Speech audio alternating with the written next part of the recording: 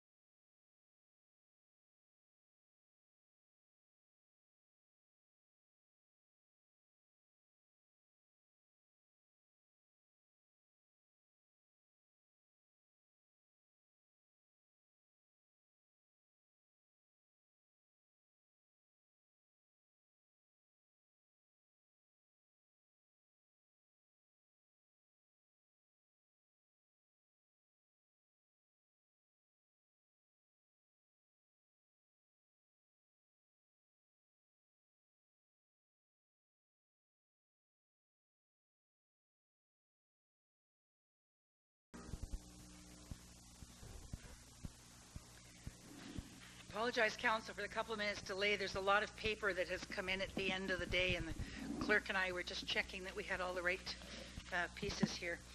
Could I have a motion on the adoption of the minutes of May 3rd and May 5th? Councillor Gray, thank you. Seconded by? He can't second it too. Councillor Harrell. On the motion, Councillor Gray. Just, I have a subsequent bit of information for the, referring to the May 5th council meeting. That I have a motion here. I'll wait for a second. In accordance with the memorandum from the Commissioner of Community Services dated May 13th, the City Council minutes of April 19th concerning the adoption of the Oshawa Municipal Airport Business Plan be corrected to read that the grass tie-down rates be set at $60 per month instead of $60 per year. So really an administrative correction? Yes. But, Mr. Clerk, are you just accepting that as a correction to the minutes? Okay. The motion is to clarify for Councillors Nicholson, plural, that it is per month, not per year. On that amendment, those in favor? Okay. Sorry. Yeah. Moved by Councillor Gray, seconded by Councillor Harrell, that correction be made. Those in favor? Opposed? That's carried. Councillor Colazzi. I don't know if we're dealing with Operational Service Committee minutes, but I'd like to point out an error on page 300, May the 3rd. According to our agenda, it says that I was absent from the committee meeting, and I was not absent. Were you just exceptionally quiet, Councillor? Pardon? Were you just exceptionally I was in the quiet? room, but they were, so I just like that correction. Okay. Noted, Mr. Clerk. Thank you. On the motion as amended, those in favor? Opposed? That's carried. Correspondence, item number 1 first for direction. Moved by Councillor Colazzi, seconded by Councillor Gray. On the motion, those in favor? Opposed? That's carried. 31 to, okay, take 31 first, for direction. Somebody got the motion? Councillor Gray. Moved by myself and seconded by Councillor Claire Aker that June 20th to 26, 1999 be declared Fiesta Week, and the Liquor License Board of Ontario be advised that as Fiesta 99 is a significant community event, the City has no objection to sale of liquor and beer at the pavilions listed by Richard Davidson, Pavilion Chairman, subject to necessary approvals concerning zoning, health, police, fire protection, building, and licensing requirements. Thank you. Mr. Clerk, I note in the correspondence there are a couple of errors in addresses and things. Is that significant to the Liquor Board, or perhaps we could check them in case that is because of identification of places? We will review that. Okay, there are zeros left off.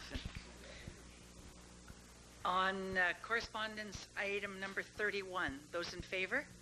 Opposed? That's carried. Item number 32, Councillor Nicholson. Move that staff be authorized to advertise for a vacancy on the Airport Advisory Committee and report back on applicants to the member of the meeting of council. I'm sorry, report back on? On applicants to a meeting of council. Thank you. Is your seconder? You have a seconder? Councillor Pidrebecki. Any discussion on the motion? Those in favor? Opposed? That's carried. Item number 33, Oshawa District Dart League for their 20th Annual Motor City Open International Dart Tournament. Councillor Gray. Moved by myself and seconded by Councillor Claire Aker that the 20th Annual Motor City Open International Dart Tournament being held at Donovan Recreation Complex from June 4th to 6, 1999 be declared a community festival, and the Liquor License Board of Ontario be advised the city has no objection to the sale of liquor and beer at Donovan Recreation Complex, subject to necessary approvals concerning zoning, health, police, fire protection, building, and licensing requirements. Thank you. On the motion, those in favor? Opposed? That's carried. 61, 62, and 63, please. Receive for information. Receive and file, I mean. Okay. Seconded by Councillor Harrell. On 61, 62, and 63, those in favor? Opposed? That's carried. Additional correspondence item number 1 from Mr. Peter Taylor. It's an information item. Thank you. Receive and file, seconded by Councillor Aker. Thank you. Those in favor? Opposed? That's carried. Additional correspondence item number 2 is a request from Mr. Darrell Sherman, Chair, Downtown Oshawa Board of Management, to address council this evening on the two-way street conversion study, or the potential of it. Thank you. Waive the rules noted here, seconded by Councillor Clark at the appropriate time in delegations. On the motion to waive the rules, those in favor? Opposed? That's carried. There's a councillor question? Mayor, I think we've had an empty chair here for the last couple of months, and I think it's quite appropriate that we welcome Councillor Pidrebecki back to our fold, and we're glad to see that he's recuperated sufficiently to rejoin the fray, and he's looking very fit and tanned, and I'm sure it was a remarkable recovery. So welcome back, Councillor Pidrebecki. You just look so natural there, Nestor. Excuse me. Welcome back. There you are. I'd like to say thank you to Councillor Boychin and the rest and everybody else who was so kind to phone and send cards. And I especially have to draw the attention to this council and you, Madam Mayor, on the wonderful basket that you sent me. And I'm sure that this basket helped speed along with the process to get me back here and get me healthy, because it contains some cabbage rolls, some feta hake, some shish kebabs, and I believe they had a few kobasa pieces in there. So I think all of that together, and with the wonderful phone calls and that we received, and I want to thank you all for that. My wife and family appreciate it, and thank you very much, and I'm very happy to be back. Thank you. Good to see you. Council, instead of a bouquet of flowers, that's what we sent. Hey, you got him back quickly. Good health. This is good. Public meeting. A public meeting is required concerning bylaw 44-99 to amend zoning bylaw 60-94 to remove the H holding symbol at 675 Bloor East. So we'll do that one first. Public notification has been given to the adjacent property owners, and I would ask if there is anyone present in the gallery this evening who wishes to address the removal of the holding symbol that would, when removed, permit a 3-unit apartment building at 675 Bloor Street, Oshawa. Is there anyone present who wishes to address council on that item? If you would note, Mr. Clerk, that no one responded. Secondly, a public meeting concerning bylaw 45-99, said bylaw to remove a holding symbol from the zoning bylaw to permit the second phase of development in the Cassinger subdivision north of Taunton Road East, east of Wilson Road North. Again, is there anyone in the gallery who's here to address this item? Okay. No one noted, Mr. Clerk. Could I have a motion to hear on the 3 delegations, please? Thank you. Seconded by Councillor Aker on the motion. Those in favor? Opposed? That's carried. We've already had the motion to hear Mr. Darrell Sherman as the fourth item. Number 1, Mr. Michael Waters requesting to address council concerning the landing and takeoff fees at the Oshawa Municipal Airport. Mr. Waters?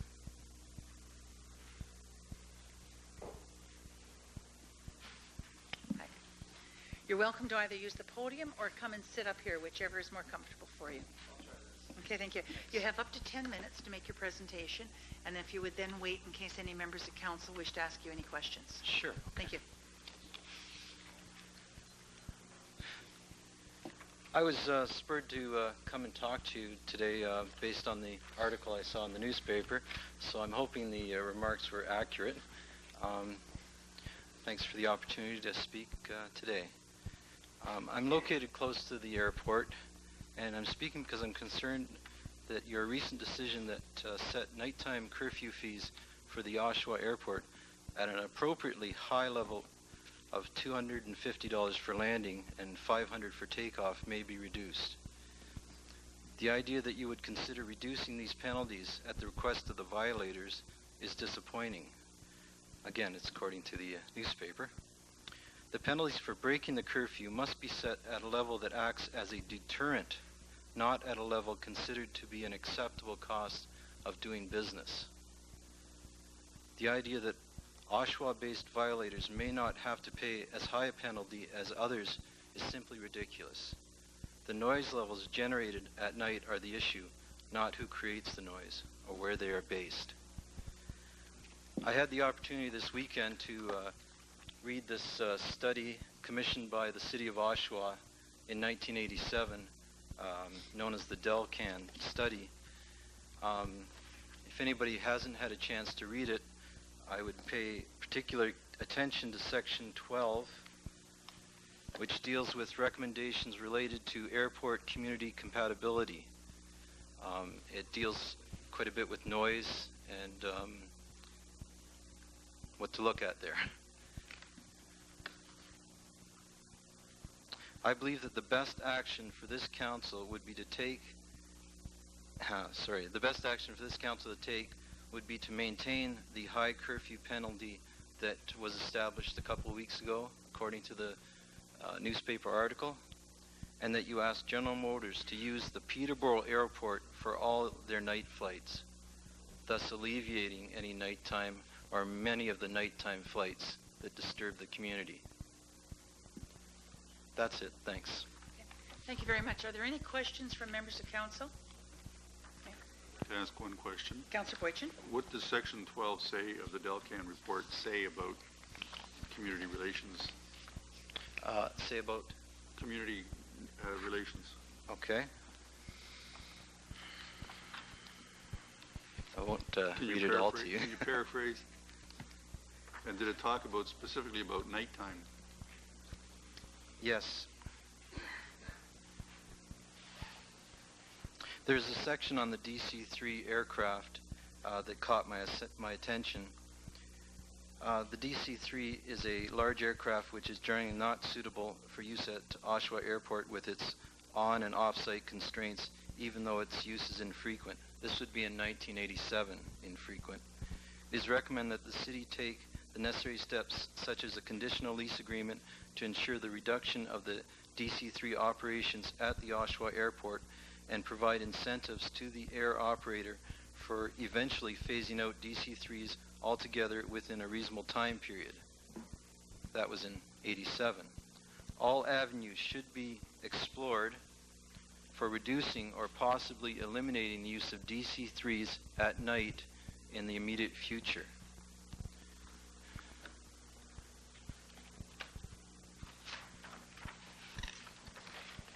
I'll just touch on one other part. How's my time? Oh, you're fine. Okay. You're answering a question now, so Okay. the clock went out. One of the more contentious issues facing Oshawa Airport is the nighttime use of the airport for the transportation of emergency automotive parts. These flights, which can occur randomly through the night, are particularly annoying and intrusive because they can interfere with sleep. Studies have determined that noise levels in the broad range between 35 and 70 decibels can cause sleep disturbance, given the low ambient noise present in the residential areas at night. Aircraft flying in the vicinity of airports under these circumstances can generate much higher levels than these threshold levels, and consequently night flights can create considerable psychological annoyance from the effects of sleep interference. Okay, Councillor Boychin? He's been, There's a lot more, but Okay, like I that's say, fine. if you haven't seen the report, it made some late night reading for me. Late night, okay. Thank you very much. Thank you. Downtown Action Committee, Ms. Louise Parks, Chair, to address Council on the Wall Mural Program.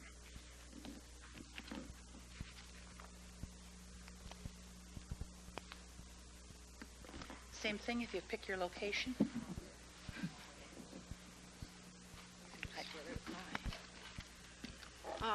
Thank you, Your Worship. I'd like to also thank Council for the opportunity to bring you up to date on the activities of the Downtown Action Committee and the Mural Subcommittee. First, I'd like to draw Council's attention to the mural display unit at the side of the chamber. This will appear at special events such as the Summer 10 event the Durham Region is holding in celebration of 25 years, June 19th. And it will also be set up for periods of time at hotels within Oshawa and Whitby during the summer months. DAC feels that we've missed a number of outstanding opportunities, marketing opportunities, by not having an appropriate display unit to date.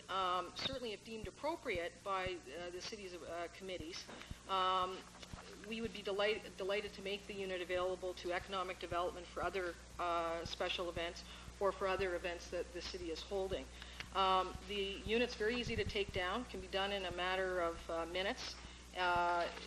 There's really virtually no storage requirements, and I think it's really going to make a difference. So I just wanted to draw your attention to that. Second, we have the new DAC brochure out, and actually on the display board there's a plasticized copy of that panel, and I've brought some along for Council and anyone else I'll leave at the back if they'd like to take a look. We've printed 30,000 of these that are being distributed by volunteers in DAC to various tourist locations, and we're also trying to get it out to certainly the information booth, South Simcoe, that the Chamber of Commerce is running, and to the CAA, to the Oshawa Center, etc., and wherever else there's other tourists that stop in, like Parkwood, etc. The brochure is terrific because it provides a full walking tour of the murals, all the mural locations, a description of the murals, but on the back it has a number of the other downtown attractions, including the Farmers Market, Parkwood, Robert McLaughlin Gallery, Automotive Museum, etc. And what we've also done is really put a helpful sort of fingertip facts about information about the city and who to contact, etc. The committee was very impressed with the work that economic development's done in really with regards to building a strong corporate image for the city, and we incorporated the burgundy theme for the downtown, and we were trying to follow suit by having a very high quality piece that would attract attention for downtown. Now I wanted to sort of address the mural program. When I returned from vacation, I understand that there was some discussion with regards to the appropriateness of locations and the student mural program, the second half. And I really just wanted to share with Council, certainly the Mural Committee and DAC goes through the same debating process and discussions, and I wanted to share with Council the reasons why the Mural Committee and DAC made the decisions and the recommendations that they did with regards to the murals. First, I guess parking lot number 4, which is beside the Revenue Building, is really one of the most used parking lots. I understand the most used parking lot in all of downtown Oshawa. Now there's 2 carriageways, one that goes out to King Street that also has shops along it, and another carriageway up until last year that was really just bare walls and quite a long entrance that took you out to Simcoe. But it was a significant shortcut. Otherwise, you would have had to exit via Athol. Now, the reason that we picked that location last year for a mural location and for the student project that we undertook was because it was included in two documents, really. We would like to take credit for the idea, but it wasn't our idea. It was in Vision 2000. And Vision 2000 correctly identified that as an area that needed some considerable work. And just quoting from that document, walkways can be an attractive component of the public realm and complement a good street environment. Entrance, archways, lighting, wall murals, and partial weather protection should be introduced where possible. The downtown already has a mid-block walkway system east, and it goes on. So really, we picked up from Vision 2000, and then really in the streetscape plan, it was also incorporated that on page 8 that, and it referred to Vision 2000, and it indicated that possibly murals would enhance the walkway and certainly increase lighting. Now, when council passed that location and we moved ahead with the mural program, we had 4 students working with Craig Wildman, a teacher from O'Neill Collegiate, and it was a terrific exercise, and we followed up via the city followed up through the streetscape improvement with streetscape money and put increased lighting in there. Now the lighting is actually 3 times the level of the street, and when you're driving by at night, I can assure you that absolutely no one is going to do anything in that walkway because it's like being on stage. It's like being on stage. So I think that's a real improvement. Certainly in discussions that people have had with the merchants that are adjacent to that walkway, they've been receiving very positive response from their patrons, and they all would like to see us move ahead with a second phase, which is the south wall. Now, the theme that's proposed for that wall, I think, is really fitting the 75th anniversary of the city, and that is to recreate Skays Corners as it appeared, really, I guess, well, not just up to 1842 when the city changed its name to the village of Oshawa, but to really bring those buildings alive again. And right now, they're only in Boakley's collection in sketch form. And the idea would be to place those on the south wall. And I think that's fitting because in 1850, I believe, the first council meeting of the new village of Oshawa was conducted, if you can believe it, in Monroe's Tavern. So fortunately, there's been progress since then. But we'd really be bringing that piece of Oshawa history alive again. And I think to a large extent, most people in Oshawa aren't familiar with our beginnings at the 4 corners as Skays Corners. Also, it certainly provides a continuation of this program will be in cooperation with HRDC and other partners in the city. And it provides us really the opportunity to provide outstanding young artists with an opportunity to build their portfolio, which is absolutely critical if they're going to move on into a fine arts program at a post-secondary level. And we do have the cooperation of Craig Wildman, the teacher, arts teacher, well-known in the city, which will mentor the students through the summer as well. So we're waiting to hear about that project, and we're looking forward to it. With regards to the 75th anniversary mural, I know a lot of locations were kicked around by committee, but again, I wanted to share with you why we've sort of settled on, in our minds, the PUC building. First, there's a lot of factors that one has to consider. Scaffolding is one of them. It can be a very expensive item. So you want a wall that's relatively low and easy to access. Also, the condition of the wall is imperative because the danger to the murals is with regards to moisture, and moisture sort of comes from the inside out. That's a perfect wall, and it would be prepared properly and would have a long life indeed. But most importantly, and I think it was something that perhaps council was not aware of, we have been starting to do a number of coach tours as a result of the activities of Patty Watson, and certainly the coordinating efforts of Judy Dudar from Economic Development. That's really been very, very helpful indeed with regards to building our tourism aspect. And we are doing coach tours. And that provides a perfect spot to stop the coach, have the people on the bus disembark, take pictures. They've got the wonderful mural there of Northern Dancer.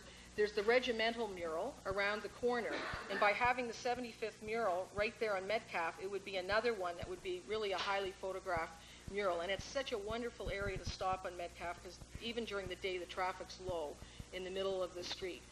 Also with the plans that were announced recently and the approval by council to to enhance Memorial Park, it really, I guess from a committee's point of view, it even makes more sense to do something that would further enhance that. And I remember a beautiful day last summer where I was amazed. It was 2,000 people downtown. Thought we were going to an event with a few hundred, and 2,000 people turned up for the AutoFest evening, and I believe that was the Friday evening, and they had a cruise in, and it was just absolutely teeming with people, both for the concert and the cruise in. And I thought again, what a perfect spot for that mural would have been, front and center to Memorial Park. Memorial Park, I think, is a park that we have to take back, and we have to interest people. And I think a lot of people don't realize what a tremendous jewel we have in the heart of our city.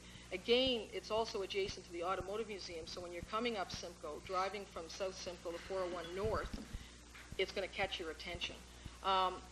We, I guess, had looked at City Hall as a potential location, but the signature of this building is dramatic at the front on Center Street, and I don't think that would be something that we want to interfere with the architectural integrity. And also, if we were to put it, there is one wall that would be available to us, but it's a low wall, and you could not see that wall. It's really hidden, and because it would be the only mural in this area, I don't think we would get people to come up and take a look at it. So, to some extent, I don't think it would be a great location for the 75th if you want to make it prominent. But certainly there is... Actually, after 10 minutes, if you start to wrap. Okay. That's okay, just reasonably. Great. So there's a lot of, issues, and there's a lot of reasons, but certainly I attended a committee meeting, and there was a resolution passed, and the Downtown Action Committee supports that resolution and would like to move ahead with both murals this summer. So thank you. Okay, thank you very much. Questions to Ms. Parks? Councillor Kolodzy. Thank you very much. Louise, I appreciate what your committee has done in also focusing on the 75th anniversary mural, and I congratulate your committee on that one. In that mural on the 75th, is there anything in there that will definitely say this mural is done for the 75th anniversary? Like, is there a little logo or anything like that? Yeah, there's actually two ways of achieving that. One is we'll certainly incorporate it into the plaque. We're doing the bronze plaques now. Okay, that's all. But we could also incorporate it into a scroll. One thing that in traveling to Chemainus and speaking with the organizers there, if you have writing on a mural, it grabs people's attention and they will read it, even beyond a plaque. So that's something we may want to discuss with the 75th, is to incorporate your logo and your image into the mural, as well as including it on the plaque. That's my only question. I would like your committee to take that under advisement if they would. Absolutely. Thank you. Okay. Are there further questions? Okay. I would have one in terms of funding. We've not been able to do our operating budget because the province keeps changing its mind on our funding, so we haven't been able to finalize our budget. And the report that's come forward from staff has said that there are no financial implications, but obviously there are, because it's going to be dependent on your budget. Are you comfortable within DAC? I know you've applied for HRDC funding. Are you comfortable that you can manage both murals within your budget, especially if you don't have the increase that's been requested, if you stuck with the dollars you had last year? And I don't know where council's going on it, but just if it's approved now, then there will be financial obligations. Yes. Well, we're hoping for the $60,000 and to undertake the projects, including the festival that we want to run in recognition of the 75th, and that we want to continue on to the millennium. We would need the $60,000. So if we were not to receive that, if the budget was to fall back to 50, we have to sharpen our pencils and we have to look at the overall DAC budget. So one of the items, of course, that we would look at would be the mural program, and we would have to decide how we're going to move ahead. Now, there's a couple of things that we can do. We've got preliminary word for HRDC, and it's positive. We didn't get all the positions funded, but I'm meeting after this meeting with a community partner, hoping that they're going to participate in this as well. So I think we can pull that one potentially off. But we'd have to look at it again. And I think what the committee would say is, maybe what we'd want to do is make sure that we do the 75th anniversary, because once you've lost that opportunity, you've lost that opportunity, and we've got the millennium next year to worry about. So, but it's an old adage my mom says, you got to finish what you start, and we've started to transform that carriageway And in some way, I think we would like to continue on and complete it, because I think it's really made a big difference coming from the parking lot to Simcoe Street. So The second part is in the carriageway. When you made the presentation last year, you said that the mural would continue into the parking lot so that it would, the imagery would draw one through the carriageway. But instead, you're now doing the two sides and not into the parking lot. Is there still a plan to finish that portion? yes, I think the committee sort of has a feeling that it's going to be a 3-year project. So the idea is that we've got the one side image finished. We're going to have Skays Corners on the other. And then the third year, what we'd be really doing, and it would be the entire wraparound. If you go from parking lot number 4, there's sort of a salon, the back of a salon area, and then it goes all the way around Reed's. And there's also, above, I guess, Saywells, there's actually an area where there's a window, and you look up. And what we'd like to do is move more with the trompe-l'oeil effect there in the third year, so that that would blend all of the images together and really create a tremendous illusion. Because it really, if you stand from the parking lot and look at the carriageway, that is really a tremendous, it's just a tremendous location of that little window that's lost above the carriageway. It really is a unique part of our heritage, and it was a carriageway. Okay, thank you very much. Thank you. Thank you. Mr. Peter Taylor, concerning the landing and takeoff fees at the Oshawa Municipal Airport.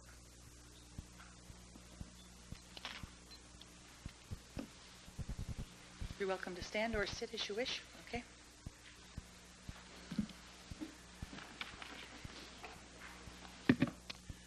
Thank you, Madam Mayor, members of council.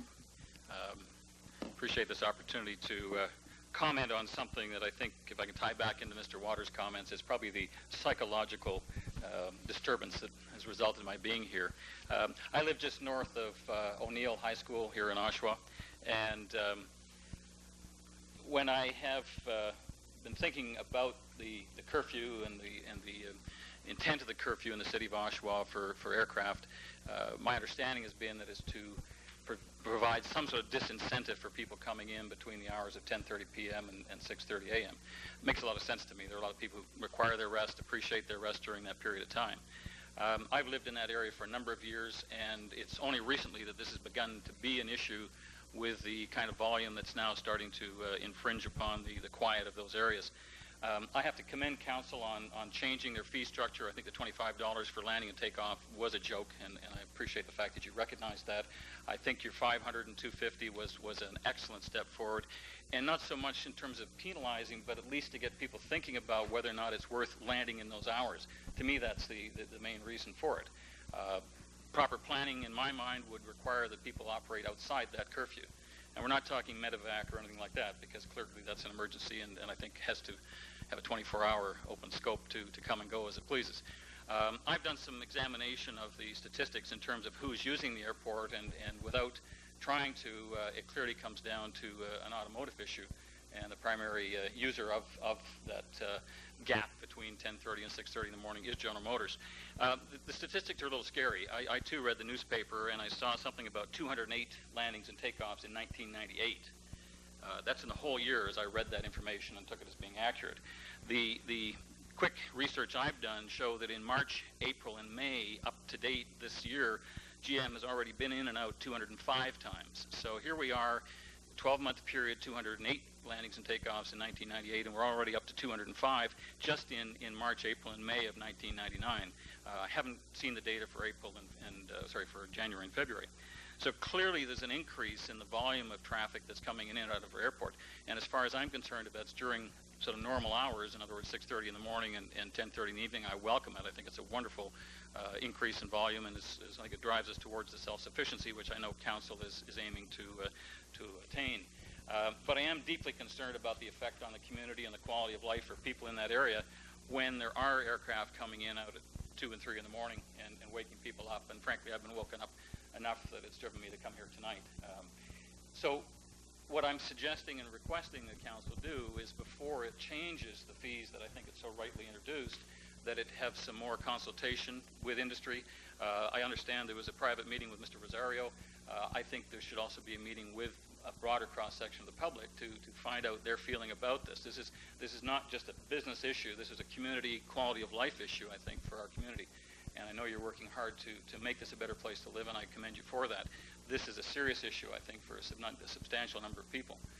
And so my request to you this evening is to, before you roll back the 250 and 500 to the 100, as I believe is on the agenda for this evening, that you give it some more serious consideration and consult some of the people that are affected by it.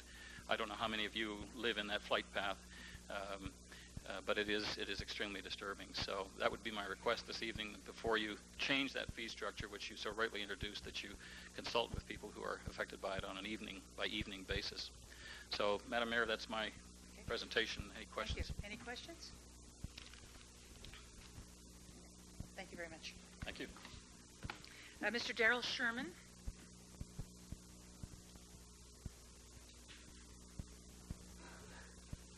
You know the patter, your choice? Okay. Good evening, Madam Mayor, councillors. Thank you for the opportunity to speak to council tonight regarding the next step in downtown Oshawa's redevelopment, which is the step that you're going to be discussing and making a decision on this evening, and that's the first investigation on two-way street development in downtown. Just to go back and give you a bit of a summary and a history, I was looking through my notes.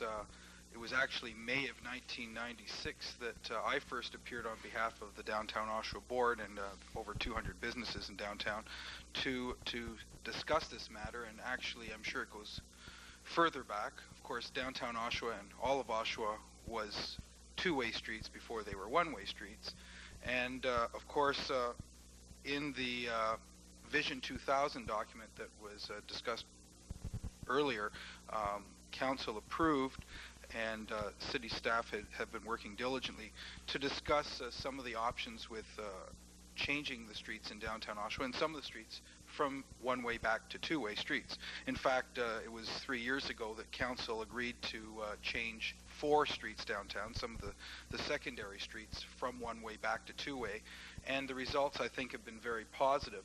We've had part of the redevelopment downtown, the streetscape improvements, those have changed, and the businesses that we've consulted, and if we look at the businesses on those streets, I think for the most part, the downside, of course, is losing some parking, but on the upside, it's been much more friendlier movement for traffic and for pedestrians, and ultimately, I think those streets have, the businesses have been overall successful, and that's sort of what we're looking at.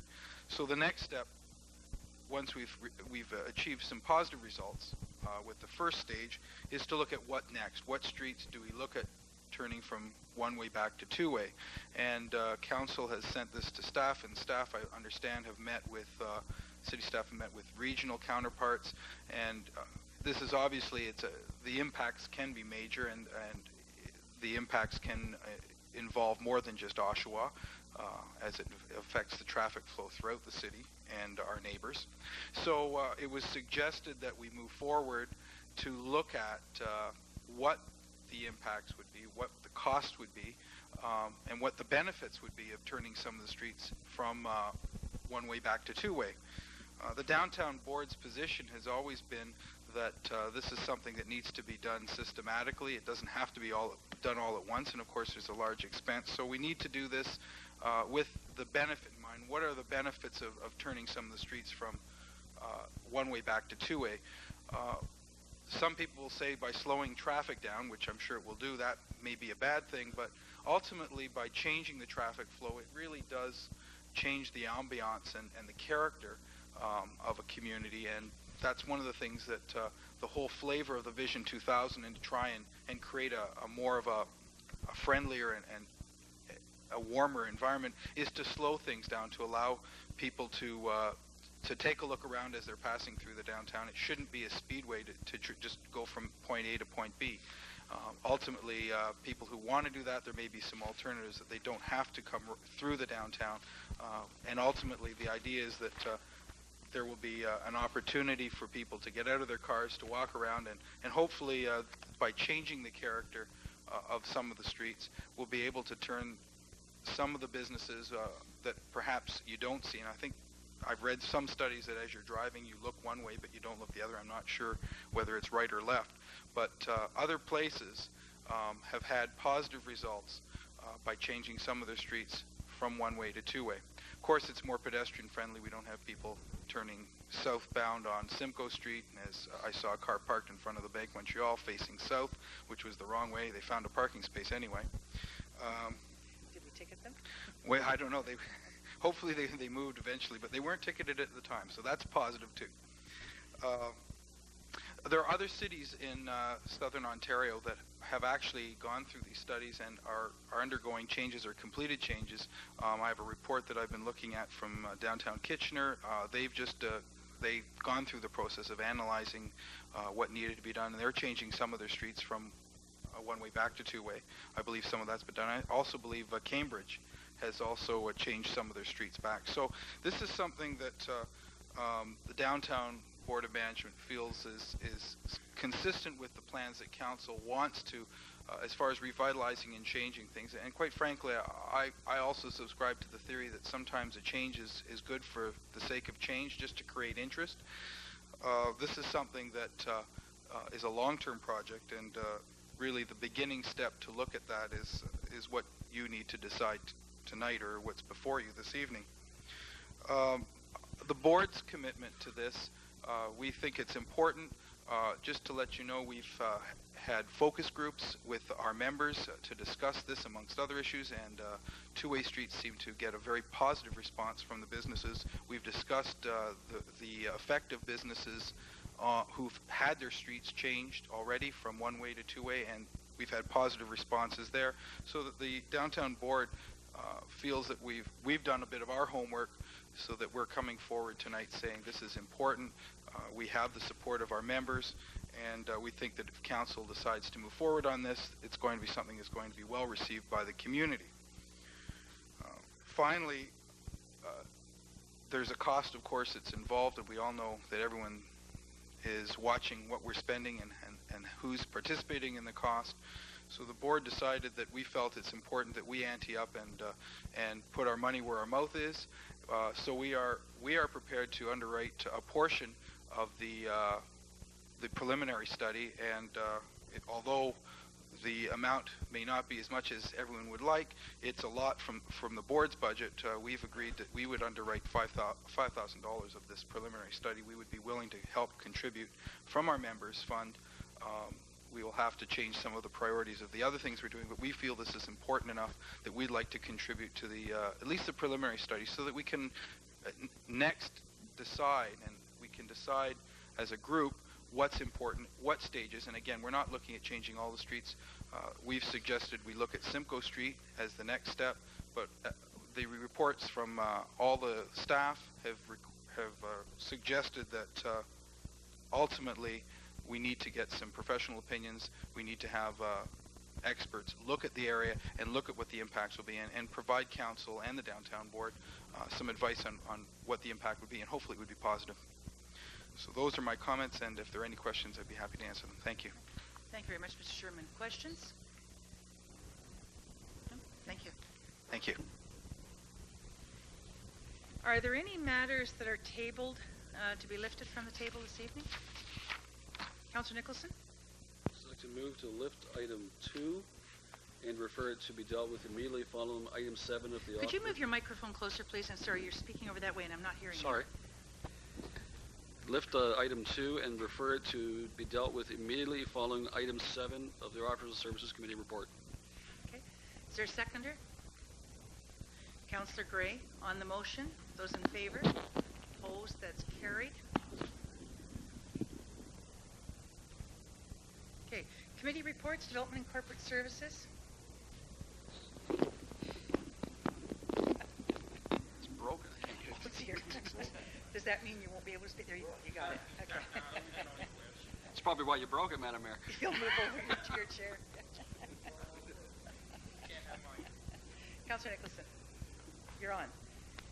Yes, Development and thank you. Corporate Service. Thank you.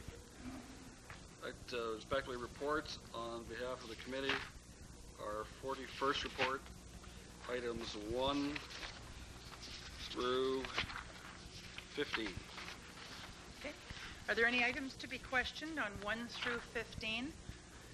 I'm going to pull on number 3 just to ask Mr. Powell to give a little verbal update because there's a lot of public concern around that issue.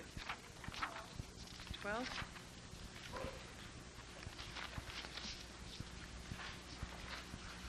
Okay, 11. Chair will challenge. Question 11. 11? Question. Challenge. Challenge the next committee, Chair. Okay. On 1 to 15, excluding 3, 11, and 12. Those in favor? Opposed? Carried.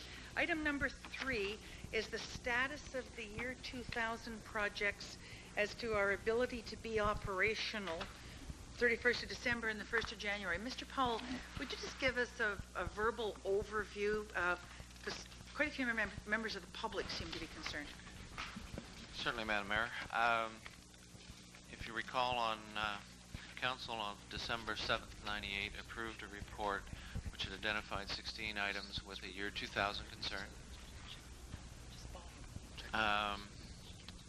Project have at this point progressed well. We are sitting at a 45% completion on the overall project. It is anticipated that all projects will be completed by September of this year. And at this point, the project is proceeding within the approved budget. In addition to specific activities around the technology concerns of year 2000, staff have started to develop a contingency plan for any items which may not be completed by September. To further cover off the issue, staff have initiated or are involved in 2 other initiatives right now to around the area of community awareness and safety. One issue is in conjunction with fire services is a review and adaptation of the emergency measures, procedures, specifically to accommodate any potential year 2000 situations. Second effort has commenced with staff joining forces with a group of municipal year 2000 coordinators hosted by the region of Durham. This group will be sharing information on each individual's year 2000 efforts, vendor compliance awareness, and to disseminate a clear and consistent message of information to the public. One last area that the staff are about to start developing a plan is in specific attention to communications to the public on where the city is and the areas that we have at this point addressed. Okay, thank you. Any questions from members of council? Sorry, Councillor Aker.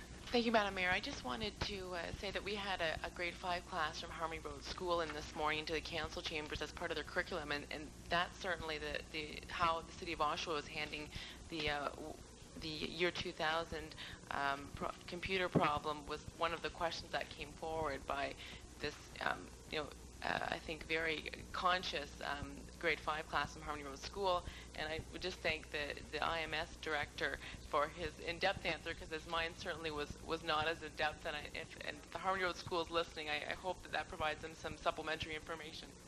Thank you. On the motion, those in favor? Opposed? That's carried. Item number 11, Councillor Brian Nicholson.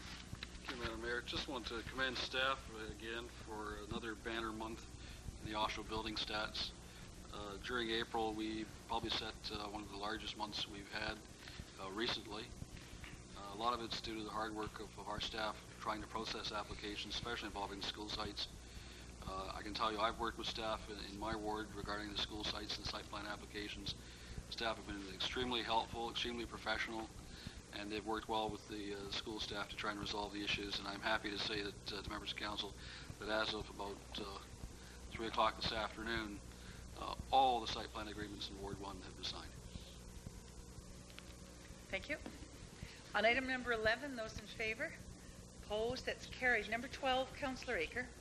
Thank you, Madam Mayor. I just wanted to start out by I'm generally overwhelmed by the work done by the Downtown Action Committee in terms of the mural program. prior to the meeting, I'd picked up one of the guides that they have produced, and I was speaking with the chair of the Downtown Board of Management and complimenting both organizations on their efforts. And I certainly don't want to be negative towards the work that they do, although I did have a concern last year with the mural in the carriageway in terms of the optimum exposure it would have, and the concern still stands. I generally feel that although I know there's an argument for a pedestrian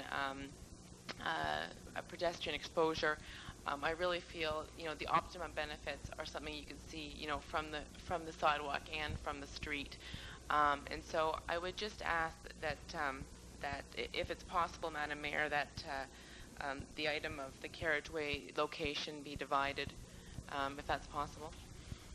I think it should be. They're two distinct locations. Okay, thank you. Okay. Councillor Mike Nicholson. Thank you, Madam Mayor.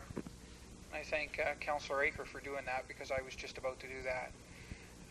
As I spoke at the committee here when it was turned back to the committee for a second decision, I had problems with both murals to the point of being able to see them, seeing that the 75th would be hidden behind the band shell, which already has huge murals.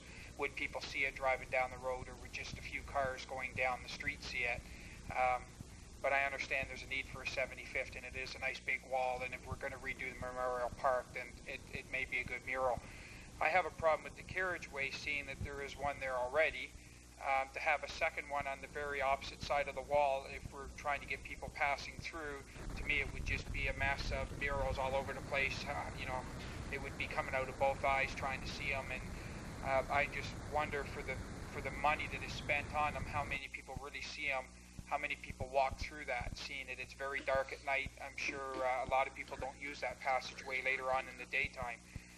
So I will vote in favor of the 75th and against the carriageway. I think there must be a wall somewhere in the downtown that's going to be more visible, where the money in the mural could be better placed rather than in that carriageway.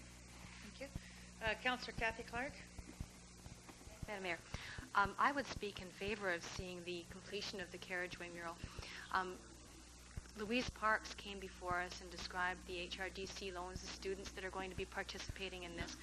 And the picture that's going to be completed here, as opposed to being something that will boggle the mind when you walk through, is both sides of a street as you're walking through this carriageway. It is a highly used pedestrian walkway, and I think it would certainly be an enhancement. And as a matter of fact, after there were some statements made about being worried about traveling through there, I did make a point of going around to a number of the people that are immediately in that area, and in particular some people that live in the area.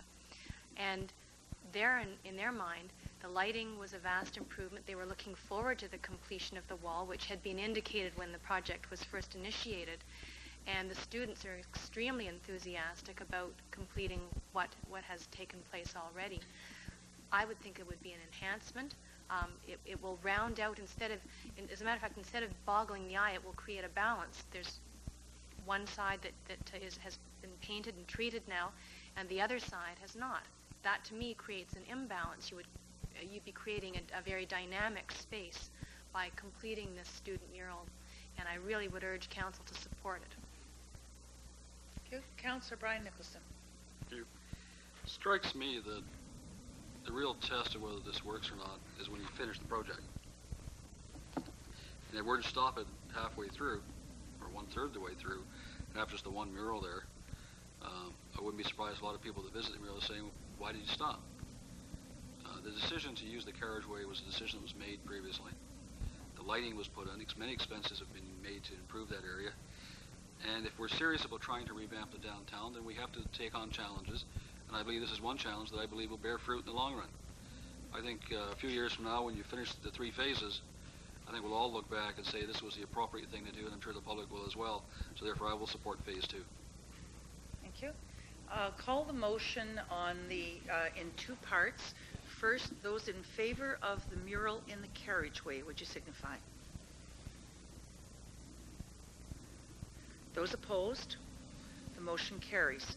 on the portion of the motion for the mural at the Oshawa Public Utilities Building. Those in favor? Opposed? That carries. I just note in item number 13, there was no source of funding to It's in the report. Planning Act land purchases account. I didn't see it in the report. I must have missed it then. Are there any questions to the chair of the committee? There being none. Operational Services, Councillor Gray. Services Committee is pleased to report and recommend to Council its 43rd report featuring 9 items. 42nd, pardon me. I have a 43rd to come later. On the 9 items, are there any to be questioned?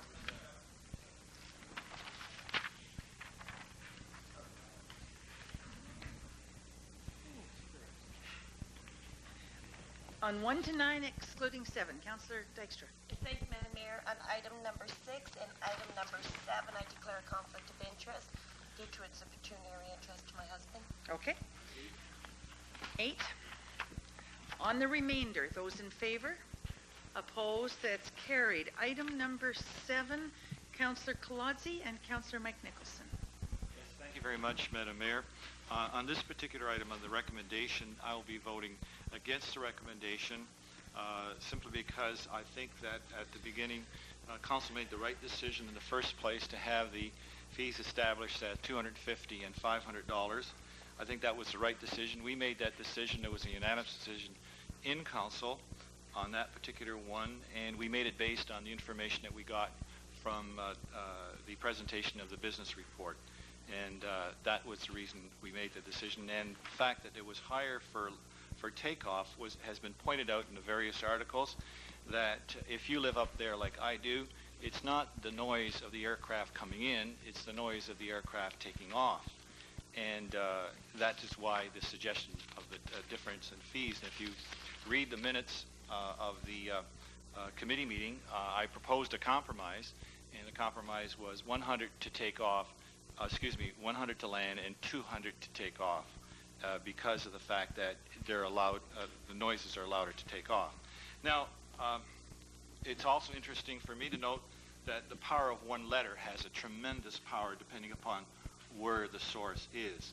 And I was really surprised to see the reaction of Council on this particular one when we had fees of $25, which was pointed out earlier by the delegation that it was laughable, and for Council to resort back to 100, to me, in my view, was a knee-jerk reaction. Also, I have some information which is interesting to see how the airport at Pearson handles their curfew. And it's very kind for Commissioner Bedford to give me this information. I requested it. And in Toronto, they have a noise regulation. They have a curfew, and they have a dollar value, but their curfew is based on, they base their fees and fines on the fact that it's varied on the basis of time, aircraft type, reason for the violation, and past history of the violation. For example, a Concorde at Pearson International Airport cannot land at 10 o'clock or take off until 8 o'clock, obviously because of the noise. But there are certain jets which are allowed to come in and to land and to take off because of the increase in technology and the fact that we do have quieter aircraft. As was pointed out by the delegation, Mr.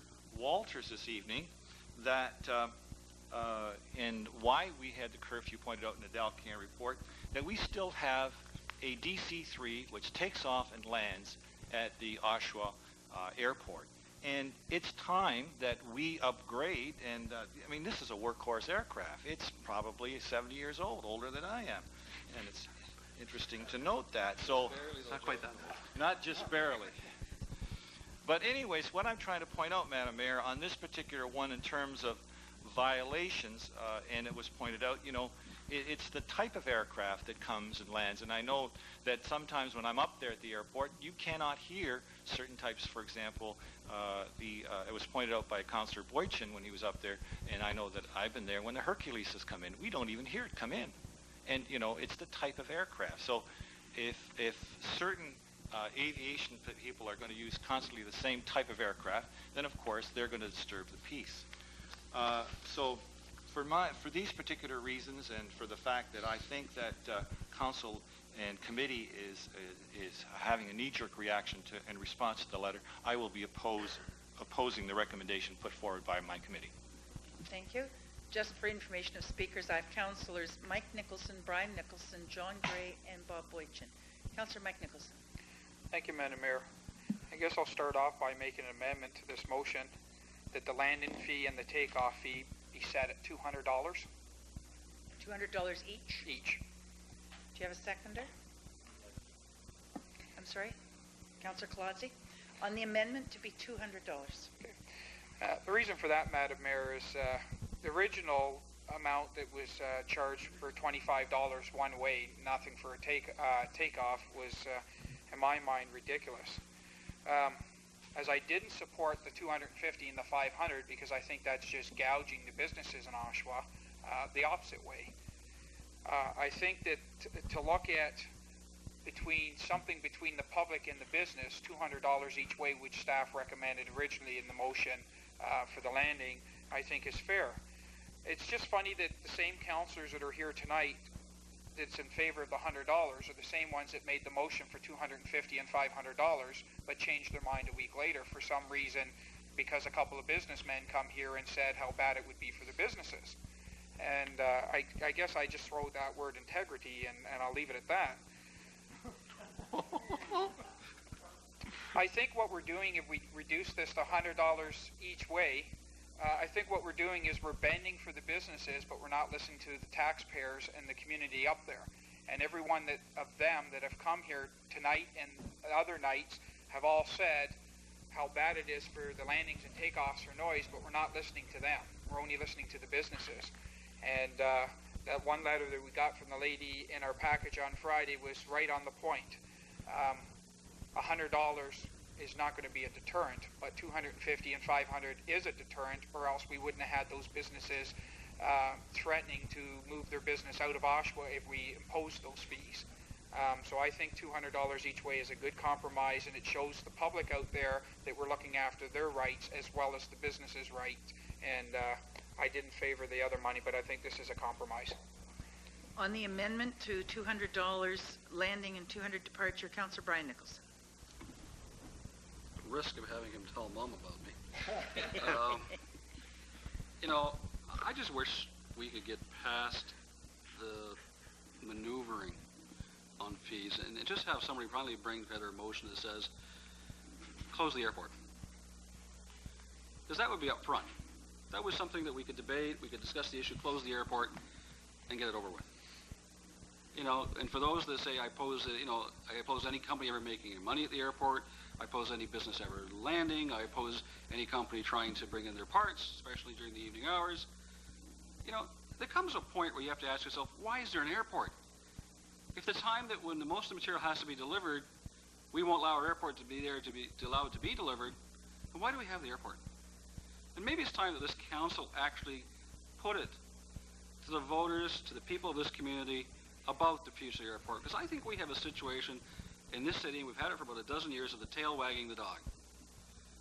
I believe the vast majority of the people of this community support our airport, support industrial businesses using our airport to create jobs in this community, support the operations of our airport to provide jobs at our airport, and support actually collecting some money so that they don't have to subsidize the airport to the tune of $100,000 plus each year. Now, there's an old saying that 0 times a million is still 0. If you want to raise your fees so high that you don't collect any money, that's exactly what we're going to do if we start raising it. And that's why the councillors, in fact, have changed their mind. New information came forward. The rate that was brought forward was such a deterrent that the information we were given 1 week was changed a week later. And it wasn't from the companies delivering the goods. It was from the companies that are hiring the cargo companies. And it's real simple. We can have a fee so high that the airport material goes to other airports. Now, for those who want to close the airport, I suppose that's a good thing. But for those of us who actually want to see our airport contribute to job creation in Oshawa, who actually want to see hundreds of people employed at our airport. We want to collect the taxes that those businesses, in fact, generate. You know, raising the fees to the point where you drive away business doesn't strike me as being a very smart move. You have to reach an appropriate balance. I believe the 100 fee is at least a step towards an appropriate balance. And with maybe some other motions following it, it might make some sense to give some advantages to local business. Maybe it's time, and I raise this for councillors to think about, maybe it's time we put the future of the Oshawa Airport on a referendum ballot and put it on the ballot next time when we go to vote to re-elect this council and ask the people of the city whether they want an airport to continue within the city. Thank you. Are there any further speakers on the amendment to be $200 fee instead of 100? Okay, Councillor Boychin? Briefly, I would support that as a compromise position, but I still reserve my right to speak on the main motion. I have a question. Mr. O'Leary, the airport business plan that came forward was very complex with a series of 15 or 20 items. This one has come back. My understanding is that when staff talk to the users of the airport and the people who have invested in the hangars and businesses at the airport, a departure fee was not discussed. So that's something that just came on the floor of council. Is that correct? That's correct, Your Worship. Okay. And a total fee then for curfew use of the airport was to go from $25 to $200, and that was discussed with the various users. The $200 fee in and out was the fee that we proposed, and at the time we did discuss it with the principal corporation that would be affected by that fee, and as I reported in other discussions, some of those people have changed since, but yes, when that was originally proposed, we had discussed it with the corporation that would be paying that fee. Okay. And so if the motion went forward tonight as moved by the committee, then we would establish a principle of both landing and departure fees, but stay within the dollars that we negotiated. That's correct, Your Worship. Okay, thank you. On the amendment to make it 200 instead of 100, those in favor? Those opposed? The amendment is lost. On the main motion, I have as the next speaker, Councillor Brian Nicholson. We had a business report that said that we wanted to see the operations at the airport break even and to take the burden off the taxpayers. Our fees have to strike a balance between revenue generation and deterrence. I want to be clear, however, at one point. There is no curfew violations for industrial users at the Oshawa Airport. There are landing fees that have to be paid. They are not violations. Nowhere in our regulations that state these people are violating anything. We provided a scenario where they could land and a fee to be charged for that right. They are not violating anything. In the last few years, it's been termed by political people that somehow there is a curfew that closes our airport at 11 o'clock, 11:30 at night. It's not true. If you're away from home, you can land and come back, no charge. If you're an emergency flight, you can land, no charge. If you're an industrial operator and you're bringing in parts to keep businesses in Oshawa functioning and keeping people employed, you pay a landing fee. A curfew means thou shalt not pass. So I think for once we would get past this issue of curfew and let the voters, regard this issue in its real and in true definition. Secondly, I, like many members of council, don't want the taxpayers to pick up $150,000 a year in additional costs. We need to attract businesses to our community. We have been successful in the last 2 or 3 years in attracting major investment at the Oshawa Airport from the private sector. There's been much public sector investment, but recently we've seen private sector investment. Millions of dollars being spent on salaries and capital improvements, people creating jobs and wealth and paying taxes and paying rent and paying fees at our airport. I fail to see a situation where the first thing we would do upon breaking new ground and bringing new people to our airport is bring in a fee structure that would drive them away. I don't understand that. I mean, I don't understand why we would build a terminal. I don't understand why we would encourage people to locate their businesses here if the first thing we're going to do when the golden goose starts laying eggs is butcher the goose. You may get one good meal, but you're losing an awful lot in the future. And that's what we're doing here if we don't come up with fees that strike a balance. For those that want to close the airport, or for those that want no night flights, there is nothing this council can do short of driving those businesses away that will appease them. But for those of us who support the jobs and the investment and the progress that the airport development brings, both now and in the future, we have to have a fee structure that makes business sense as well as political sense. This fee, I believe, is a balance, and hopefully council will support it, and hopefully council will also support some other amendments that will come subsequently. Councillor John Gray. Thank you very much, Madam Mayor. I think it's important to keep this whole issue in context. Certainly when council passed the business plan, it was not anticipated that these fees would cause the ruckus that they have. Councillors Nicholson, please. Councillor Gray has the floor now. But certainly we've heard from business here in Oshawa. Much is being made of General Motors taking issue with the fees. But there's also the issue of the airport businesses that have invested the millions of dollars and now are having this problem of, if they're going to remain viable, they may just have to operate a satellite operation up in Peterborough. It also seems that should that occur, I'm going to step back one step here. There has been the suggestion that somehow the night flights could be taken up to Peterborough. This creates that satellite operation, but it's my understanding that in the discussion with some of the airport businesses, that it seems that there really is a preference to have, one major area for these flights to come in, which means, we got to pick and choose. Is Oshawa going to remain the site to cater to the industrial sector of this economy, or do we wish to ship that off to Peterborough completely? I think it's unfortunate. Council has tried to strike the balance, tried to give some peace and quiet to the neighborhood. There's no question that was the intent. But when we start to actually harm the absolute viability of the airport, we got to sit back and reanalyze the situation. And in my opinion, I believe the lower fees are going to have to be implemented in order to maintain the businesses that we have here in Oshawa, because I think it would be a disaster if we lost that cargo handling operation to go up to Peterborough completely, and we'd be sitting with a terminal building on the north field and two unfinished hangars up in the north field not doing anything. So unfortunately, we have to strike that balance, members of council. I think it's time for us to say, hey, we made a mistake. I'm willing to say that I personally made a mistake on those fees, and that we need to just rectify the situation and make sure that we keep our businesses here in Oshawa and that we keep the cargo still coming into our airport. Thank you very much. Thank you. Councillor Boychin. Thank you, Madam Mayor. I think we have here our own Royal Oshawa Air farce. This, I think, has been going on for far too long.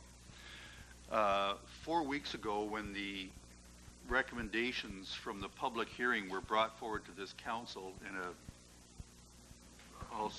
a somewhat disorganized fashion, I suggested that we table the matter for a couple of weeks until we could have all the recommendations put forward in an orderly fashion, 1, 2, 3, 4, we'd see them all on a page in one order. Your worship chastised me severely and suggested that I hadn't been doing my homework, that this matter had been beaten to death since last fall sometime, and by hook or by crook, we're going to go through this business plan 4 weeks ago. So we went through the business plan 4 weeks ago.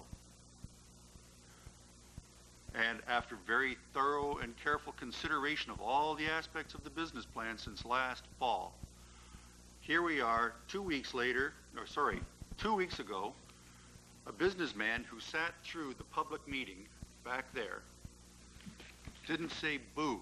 All of a sudden he comes forward to this chamber on an in-camera meeting to provide us with information that, quite frankly, was anything but confidential information. It could have been information that you could gather by picking up the telephone and finding out how much it cost to fly any cargo from Oshawa to anywhere in Ontario with his particular company. But anyway, that may be as it was. Now we're dealing with it. Now, 2 weeks after that meeting, lo and behold, after all the careful consideration that we put into this business plan since last fall, boom, snap, just like that, all those two main councillors that proposed the landing fee and the takeoff fee are now leading the charge to the rear to avoid any fallout from their acquaintances at the carry-on business at the Oshawa Municipal Airport. Secondly, I'm somewhat concerned when we talk about the fact that Mr. O'Leary negotiated with industry to establish a landing fee and a takeoff fee or whatever it was. I'm not aware that there was negotiations. Did Mr. O'Leary negotiate with the residents? That was my language, and I did not intend to imply anything with staff. Well, okay, that still doesn't change the point. The point is, Mr. O'Leary indicated that he spoke to industry to arrive at an acceptable landing fee or takeoff fee for the industry, but I'm not aware of any consultations with the public to determine what they would be satisfied with respect to a landing fee and a takeoff fee. And as I understand it, the issue is not whether or not we close the airport. That issue was fought many years ago, and the decision was to invest several millions of dollars into the airport. And as the ward councillor, I have made it very plain from the day I was elected to this chamber that I fought that battle, lost it, and now my battle is to try to make sure that the airport is a compatible neighbor with the residents that this city has approved to be constructed adjacent to the airport. And I tell you, the longer it goes, the more difficult it's getting to be. Anyway, my understanding when we instituted this system of limited flying at night was that the exception for the landing fee was for General Motors or other industries in Oshawa to be able to land parts here in an emergency in order that the line wouldn't have to close down because of the multi-million-dollar investment and the employment. It was supposed to be an emergency delivery of parts, not standard operating procedure. And when we look at the sheets for the month of May, 66 General Motors flights during the month of April. 66 flights for GM. 18 flights for GM so far to date in May. And then Mr. Taylor had some other numbers relating back to March, which would indicate that this is not emergency delivery of parts. This is simply standard operating procedure. And I would strongly suggest that there may be some avenue or venue for certain individuals at General Motors to maybe sharpen up their business practices and to be a little more careful, because we're based on the information we received at an average of about $2,500 per flight, and that gets factored into the cost of the vehicles. It's no wonder that General Motors had a bit of a bad sales a couple of months ago. Anyway, and the DC-3s, the issue that Mr. Waters, I believe it was, raised concerning the DC-3s in the Delcan report. There's not one DC-3 up there. There's at least 2 or 3 that are coming in on a regular basis. As far as I know, there's been no modifications to those aircraft in order to make them more sound efficient or quieter. And I think it's unfortunate that this just-in-time delivery system that's been implemented by industry has not only turned our highways into mobile warehouses, but they're turning our airport into a flying warehouse.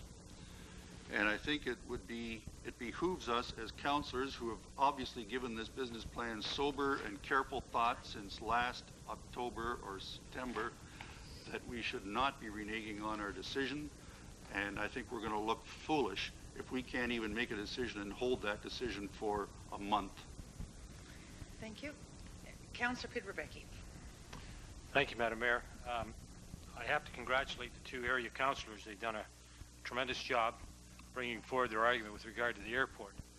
But I have to agree with Councillor Brian Nicholson when he suggested that perhaps it's time we brought a referendum to this question just to see what the balance of the city of Oshawa would like with regard to the airport.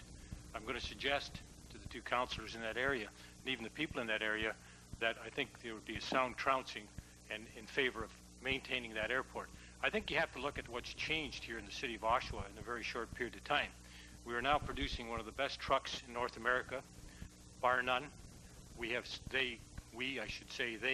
General Motors has gone to a 3-shift operation, which is something that we haven't seen in this area ever before. Car plants and the truck plant was always run on a 2-shift operation.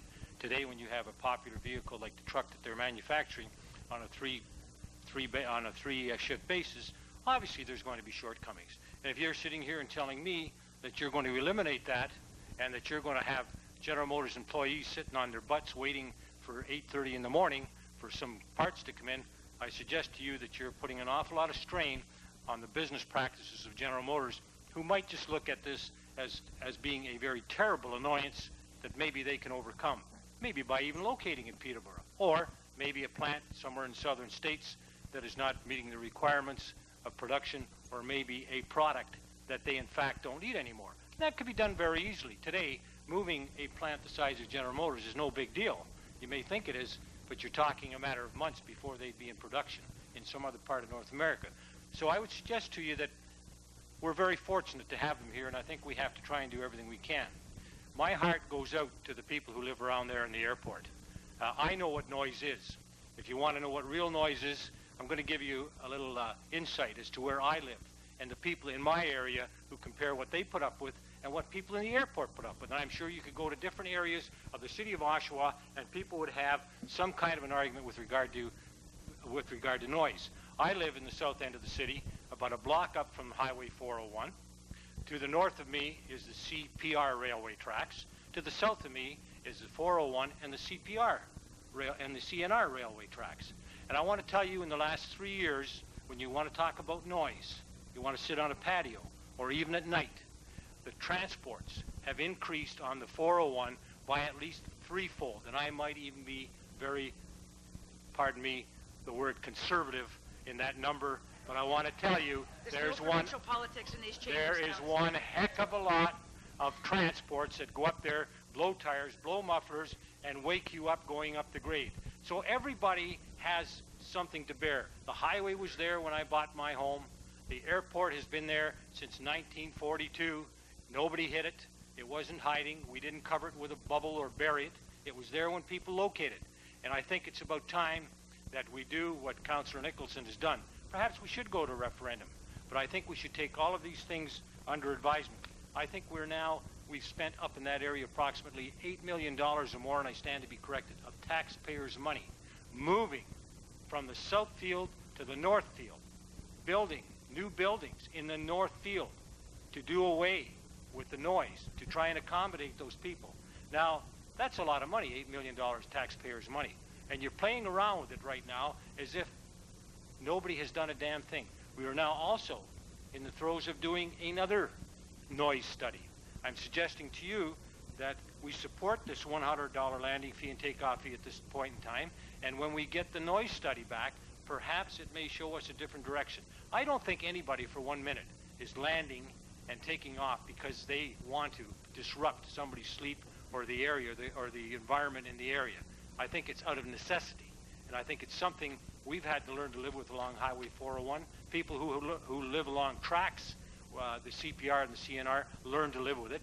God, would I ever love to take up a petition to the Department of Transport in Toronto and say, listen, I don't want any more transports running up and down my front backyard from 11 o'clock till 6 o'clock in the morning. I wonder how damn far I'd get with that one.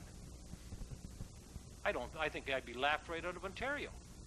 So I think we have to have a little bit of a compromise here. I think this council has bent over backwards to try and accommodate the community up there, and we're still bending over backwards. Again, we're doing the study, and I'm going to urge people to support this $100 at this point in time.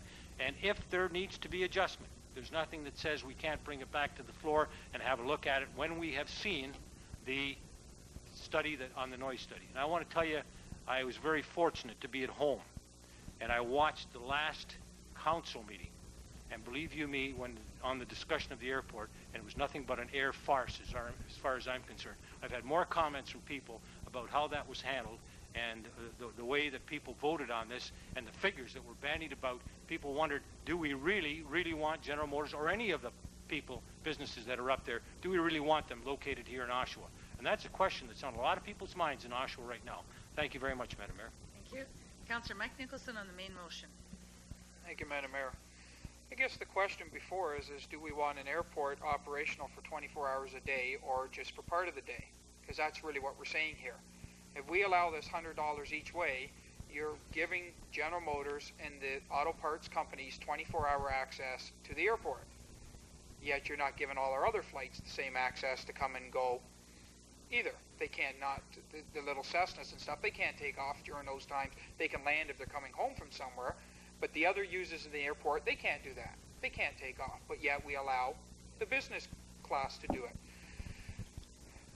When we look at the numbers of the amount of flights up to this year so far, we're actually saying GM or the automotive companies, whoever they may be, are landing 3 flights a night. Well, you can't tell me that's just in time. Councillor Boychin had hit it right on the nail. I've been a truck driver for 18 years.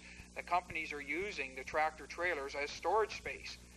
They take their services down to minimum in their plants and want the trucks arriving 24 hours a day so that they can get rid of all their warehouses and their personnel and that and put the costs over to trucking companies and air companies and that. But I guess that's another argument for another day. The reason, I guess, what is the reason for the $200 fee? We're not stopping the flights from coming in. All the reports that we've had up to now are saying it's a deterrent for landing at those times. Well, $200 to a major company like GM, when they've already agreed to the $200, is probably like a 50-cent coin in our pocket. It's not a deterrent. It's funny that when the fee was $250 and $500, we had a letter here, we had businessmen here, and now we're backing off. I guess that fee must be a deterrent. And if that fee was a deterrent, that's why we're now backing off, then is that not why we are doing this motion? To deter them from using the airport at them times. The question isn't whether we want to allow the company's operation, because I'm sure the 2 ward councillors and myself would like the airport to continue the way they are and let the planes come and go. Nobody's saying stop them. But if you're going to have a bylaw saying we want to deter them for that amount of hours and then put a nominal fee like $25 or a lousy $100, you're just blowing smoke, people, because you're not deterring nobody. You're just trying to get a little bit of tax money to put towards the $150,000 deficit so that everybody looks happy and nobody is mad about anything. And that's the question. Do we want an operation round the clock or not? I, too, live right next door to Councillor Pitterbecki, or I guess a couple of blocks over, and I have all the noise there, too. I also have something else in the last 4 or 5 years since the airport was redone in the North Field. I have the planes flying right over top of my house as a landing strip. That's where they line up. The neighborhoods to the south and the east never had those planes lining up there. They now have bought those houses for 20 and 30 years with the airport nowhere in that site. Now they have to put up with those noise violations all night long because of these companies and the change in policy of council changing the airport. They were never asked, never were they asked, as citizens and taxpayers, whether they wanted to change the runways and the fields and all that because there would be a noise. Nobody ever asked them. It was only the ones around the airport, and I don't believe those citizens were asked either. So it's not just the people around the airport, but it's all the people of Oshawa that are now being put out. And in my mind, if you're going to put a $100 fee on each of them, I'd like to see an amendment put forward that we charge nothing, open the airport up to 24-hour operation, because that's what you're doing now anyway. So I'm not in support of this. And once again, I throw that word integrity, because I don't see anything else that was changed from that original report till now, other than 2 businesses that were supposedly consulted in the first place, now coming back and asking us to change it because it'll hurt their business. That's the only reason we're doing this. We're not doing it for the homeowners up there, because we've heard every one of them say, leave the fee alone, it'll stop the planes. We're not listening to them, we're only listening to the businesses. So I'll throw that word on integrity, and it seems like it loses space here quite a bit because people change their mind all the time. And for anybody that don't know the fees for trucking companies, you can't tell me that General Motors is going to fly their planes into Peterborough to save $200 when trucking companies charge upwards of $100 per hour for their vehicle to ship it the 2.5 hours or 2 hours and the time transferring it down to Oshawa. So that little ploy saying they'd send everything to Peterborough, they would lose more money sending it to Peterborough and trucking it down in time and cost for the transport. So all that letter was a way for us to back off, give them a little bit of a break so they don't have to pay as much money. But it's the other residents of Oshawa, that have to pick up the $150,000 tab that will lose out on this money, and the companies that are, I guess, invest will get that money in their pocket instead of the citizens. On the main motion, those in favor? Opposed? The motion carries. Item number 8, Councillor Brian Nicholson. Like a question answered, and is when will this council see the master flyer plan? I wonder if the fire plan. Yeah, that was Say that 3 previous so times. far, Yeah, it's yeah. a beard. As soon as I shave my This beard, I is can't near speak. focus, Yeah. sorry, End of the year was what we were... Waiting for it Councillor for Gray like or decades. Mr. Bedford? I believe that by the end of this year, we'll have the fire master plan in front of us. The recommendations can be made forward. We will make sure that everything is incorporated into the next budget, the budget of 2000, so that any changes we can budget for and make certain they're implemented. Second question and a follow-up. When the master fire plan is brought forward before council, will there be a public hearing process to give the public the right to comment on the master fire plan? It's not been discussed at committee, but I'm certain that when the plan comes forward to committee, that we could, allow the. I have no problem with public participation, public input. I think that's constructive and it's valuable. Well, and I appreciate the hearing that. I guess the comment I'd like to make is to follow up on that one point. The issue of fire service, I think, is an issue that's always fraught with a bit of danger. There are many competing interests, both from those in management who are trying to hold costs down, those from the bargaining units are looking to get as many, obviously, unit members as they can, from the public who want to argue whether 4 minutes response time is good or whether it should be 3 or 5 or whatever. I believe that it's important to go through a master fire plan process. But I believe that in that process there has to be input from the public. In essence, what we're developing in a master fire plan is a business plan for the fire department. And as we went through the airport, as we've gone through many others, the public's desires, the public needs have to be addressed. The public has to be part of that process. And I think the best plan we can develop is one that has the most wide-ranging possible comment on the levels of service that the public here in Oshawa want us to provide. And I think we need that information. And I would urge the committee, as it's putting together the fire plan process, to sincerely consider an initial public commenting period, but also a chance for the public to participate at the end as well. Thank you very much for those comments, Councillor Nicholson. All members of council, I'm sure, are taking in your comments, and I'm sure we can discuss it when the plan actually comes back. On item number 8, those in favor of the motion? Opposed? That's carried. We have the item of the local fees from the tabling has been referred to this portion of the meeting. That is that local, sorry, when I get the right wording here. Landing fees for emergency industrial flights by carriers based in Oshawa be 50% of that charge to non-Oshawa based carriers. Mr. Clerk, as I remember, that was moved during the consideration of the business plan. It was referred for a legal opinion and has been lifted from the table this evening, so that motion is on the floor. That is correct, Fits Madam your Chair. system? Okay, that motion's on the floor. Councillor Brian Nicholson, you brought it forward.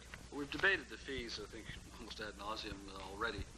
The issue really before us is, do we wish to give a competitive advantage to those businesses who, in fact, locate and make their investment and hire their employees here in Oshawa? We have companies who, in fact, are building and making investments, buying local products, hiring local individuals, paying taxes locally, paying fees locally, in many ways creating an economic spin-off out of our airport. And these companies, after making that series of investment, have to compete with people who've made no investment in this airport. and they have to compete in the global economy, because the air economy is in fact a global economy. And if it's our interest as a city to encourage industrial investment, to encourage businesses to locate at our airport, to pay the land purchase fee or the land lease fee, to pay the taxes, to hire the people locally, to create the jobs, to create the economic spin-off, we have to find marketing tools that will encourage them to locate here. And we spend hundreds of thousands of dollars on an economic development department that puts out fancy brochures, and that's standard in the process. But fees are an integral part of what attracts people to a community. If an air carrier were to get a reduced fee once they invested in Oshawa, they would invest here. They would put their FOB here. They would create their employees who would actually be hired from our employee pool. And those employees would buy their homes here or rent their homes here, and their kids would be here, and be a part of our community. I guess the best way to describe the situation we have now is that we have a situation where Ford dealers get the right to sell their cars on GM lots. Now, if anybody advocated that, GM would tell you, well, sorry, fellas, but we're not in the business of providing our competition with a business advantage. And if we're serious about providing a business advantage to local Oshawa businesses, and that's been stated many times here that we want investment in our airport, there are ways that we can provide that incentive. And the way to do that is to have a lesser fee for those businesses that actually are paying taxes, paying salaries, making investments, building our city, building our airport, than those who just fly by night. Secondly, those that are located here are part of the community. They have a higher degree of understanding of the local issues and are more likely to respond in a positive way to limiting noise and other negative factors than somebody who just flies in here once or twice a year. And if we want to encourage people to be part of our community's fabric at the airport, we have an opportunity here to provide an incentive for investment. Other communities have done it. Other communities do it through development charges. Other communities do it through other fees. In the states, they do it through what they call zones that are set aside to encourage investment. Why not declare our airport a place where businesses who make that long-term investment in our community will actually have a competitive advantage, rather than just having them play in a level playing field with the guy from Texas or the guy from Mexico or the guy flying in from other parts of this country? Why do we provide a level playing field for those that cause problems rather than those that invest? So I urge this council to support the resolution. Let's support our local businesses for a change. Let's find a way to give them a business advantage. And in the end, let's support our taxpayers, because when the people invest here, they create taxes and create jobs, and the spin-off means more money in our taxpayers' pockets and more money in our airport's pocket, so we can lower the tax impact and costs to the citizens of all of Oshawa. Thank you.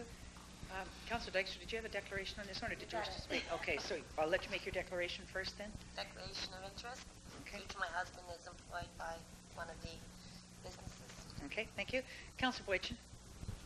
Am I reading this correctly? And it says fees for emergency industrial flights? To the mover of the motion, Councillor Brian Nicholson. I think we actually amended it at the meeting to define what emergency was, but yes, he's reading it correctly. Oh, okay. I obviously won't be supporting this. I believe that businesses only become effective service providers if they're competing against competitors, obviously, and to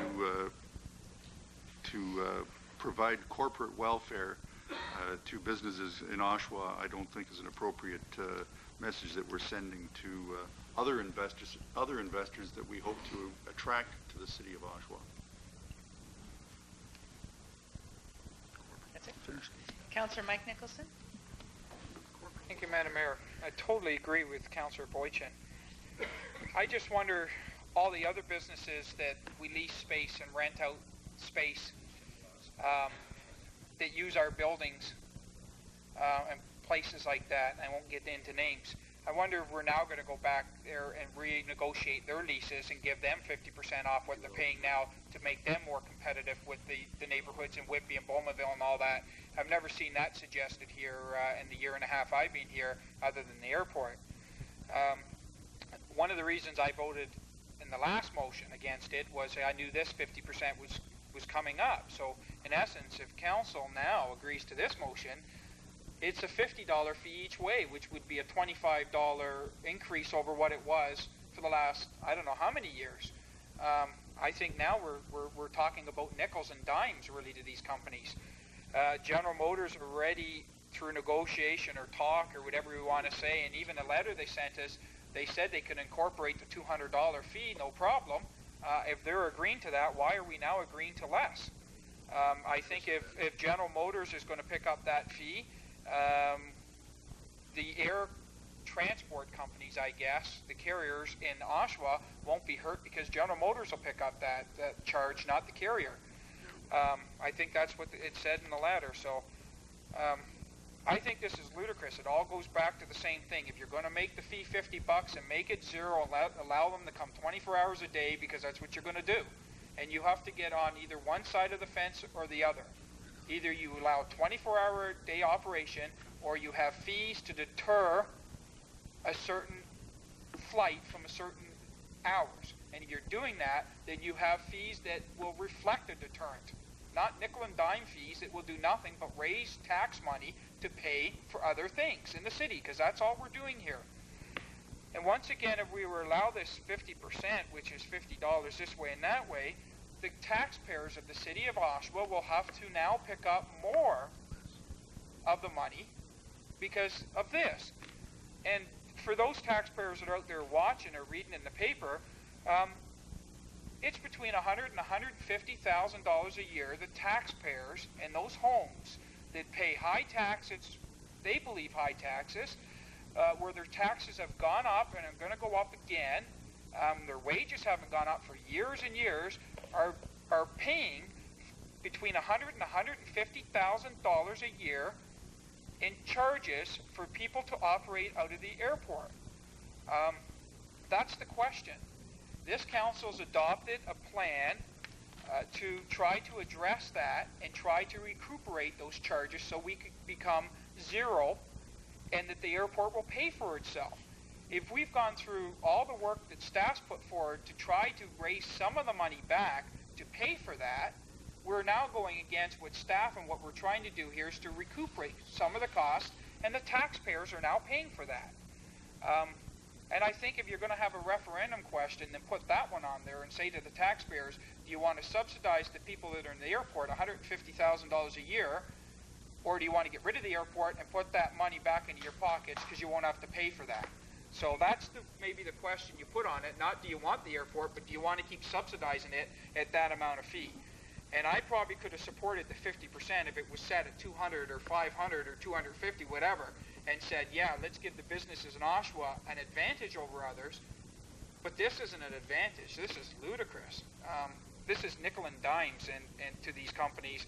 And I think council better look at that word integrity again, because I don't think it's here tonight. Councillor Colazzi. While you're at it, try blowhard.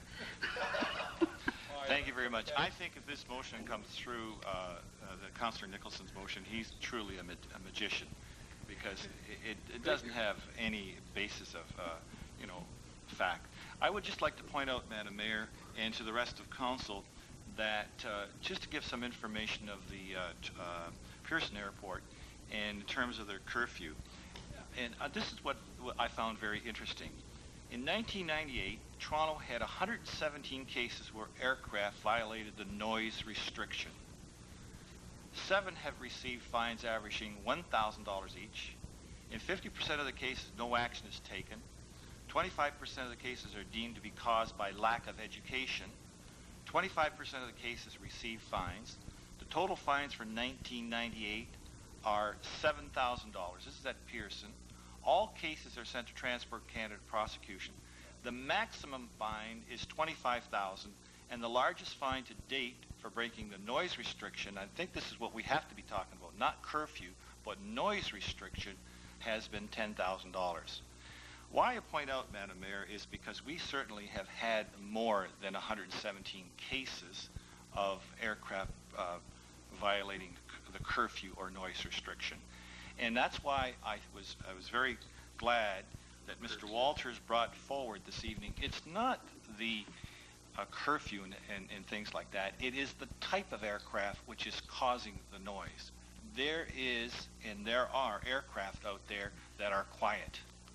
And if we could encourage the new carriers up there to bring in quieter planes, then we would solve everybody's problem. Because I do agree with what Councillor Boyton says. Listen, we know that the airport is there. What we're trying to do is make the airport neighborhood friendly. Thank you. Were there any further councillors who have not spoken? Councillor Brian Nicholson to close. Thank you. I want to correct a couple of things because I think we're going to just do a real disservice to the people if we keep repeating the same old mantra. There is no noise violations for planes that are industrial use who land during the restricted hours of operation. It must be galling for the businesses who are trying to operate and follow the rules and follow the law and pay their fees and not have a problem to have people continuously going around saying that they're breaking the law. They're not breaking anything. Council sets the rules. Council says you can land your plane when you're delivering industrial materials at our airport at any time, and during certain hours there will be a landing fee for doing that, and other hours there will be no fee. If somebody has a noise restriction violation, it's completely different from that. It's when they land a plane at the airport that's beyond the decibel level that we've established as the maximum for our airport. And we've had the slanderous comments brought forward about the DC-3. The DC-3 is under our council-approved noise envelope. Councillor, the motion before us is 50%. They commented. I'm just commenting what they said. 50%. Right, but you let them speak, so I'm just correcting a point. Not as long as you're going, Councillor. What I'm saying to you is, don't spread any more misinformation. If you oppose the fee, fine, but it's deal from the facts. The reality of business is, if you're selling a glass of lemonade at $25, don't be surprised if nobody buys it. And if you want people to invest in our airport, your fee structure has to give them a reason to invest here. It doesn't matter whether it's $100 or $200 or $10 or $5. If they're paying their taxes here, they should get a competitive advantage over those who just fly in, use up our runway, and leave. Because they're the ones that are the strength and the backbone of our economy. I urge you to forget about what the fee is at, talk about the principle. The principle is we have to give local business a break in this community, and I would hope this council would in fact take this and in fact extend it to development and other charges to encourage investment. This city has been spinning its wheels economically for a decade. It's time we start building Oshawa again. Aren't you the councillor who just spoke to the building stats and took the credit for your committee? It's amazing what's happened in the last 18 months. I'm sure Councillor Wiley would recognize that. Question to Mr. O'Leary again.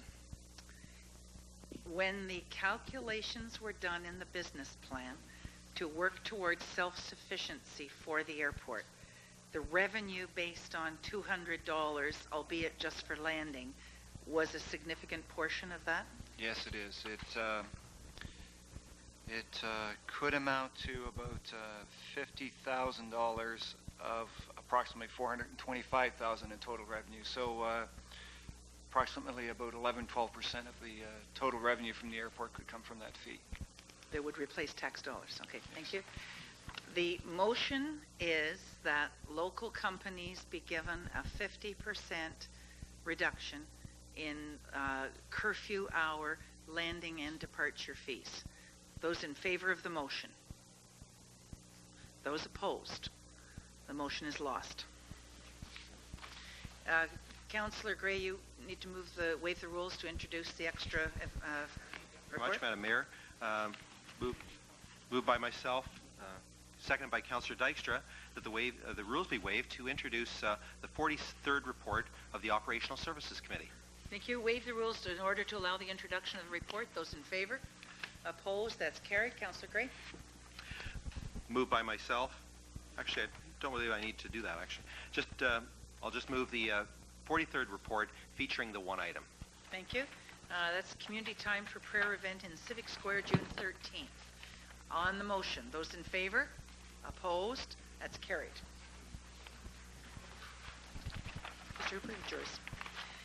Questions to the Chair of the Operational Services Committee.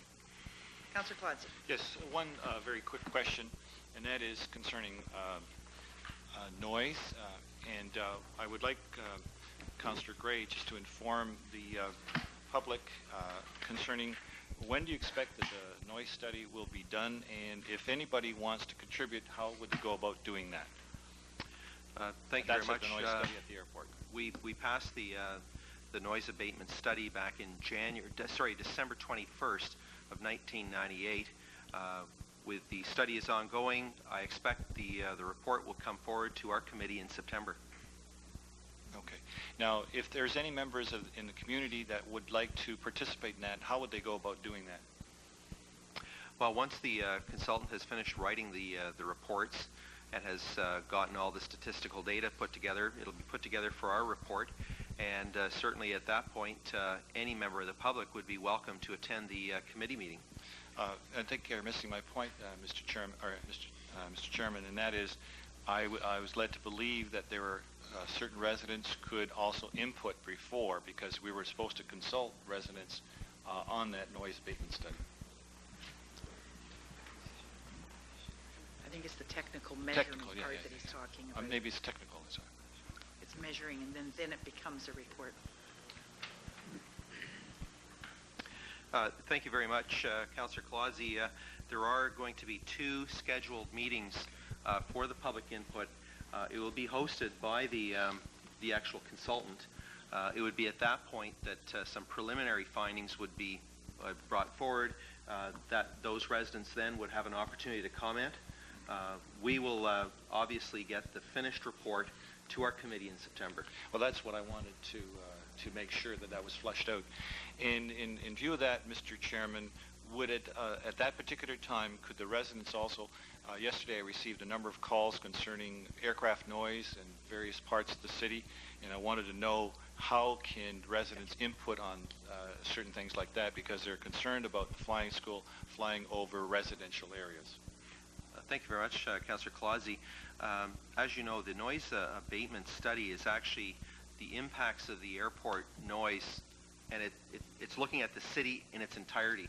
And certainly one of the areas that the consultant's going to be referencing is in fact the flight patterns. So all that will be part of this study.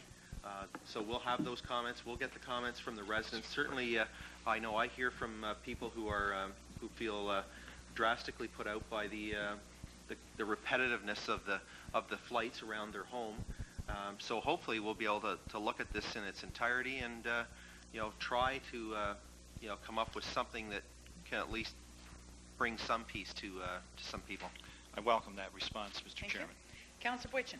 Thank you, Madam Mayor.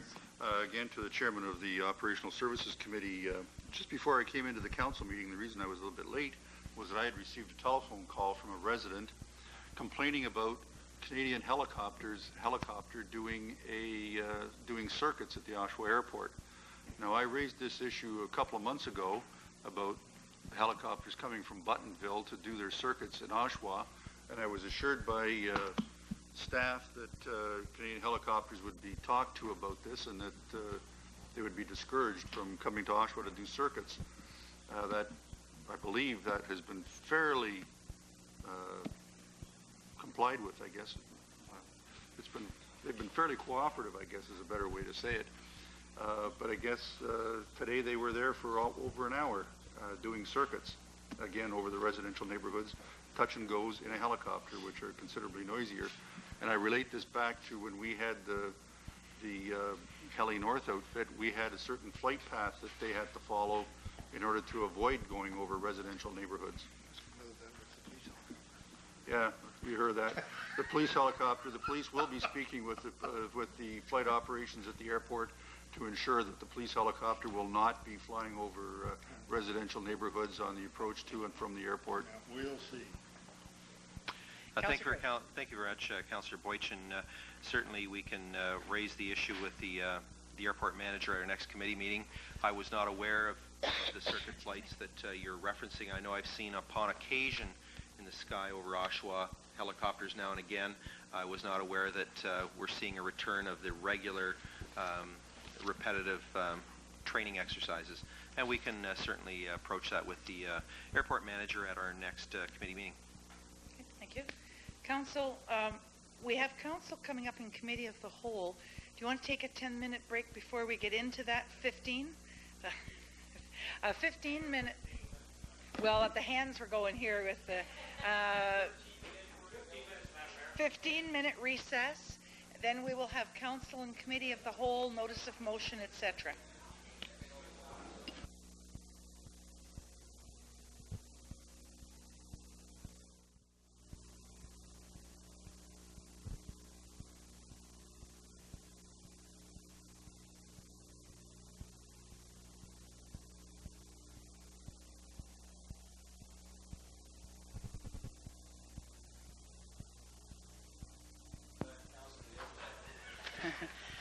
Call the meeting back to order. Councillor Harrell? Small piece of unfinished business relative to our correspondence.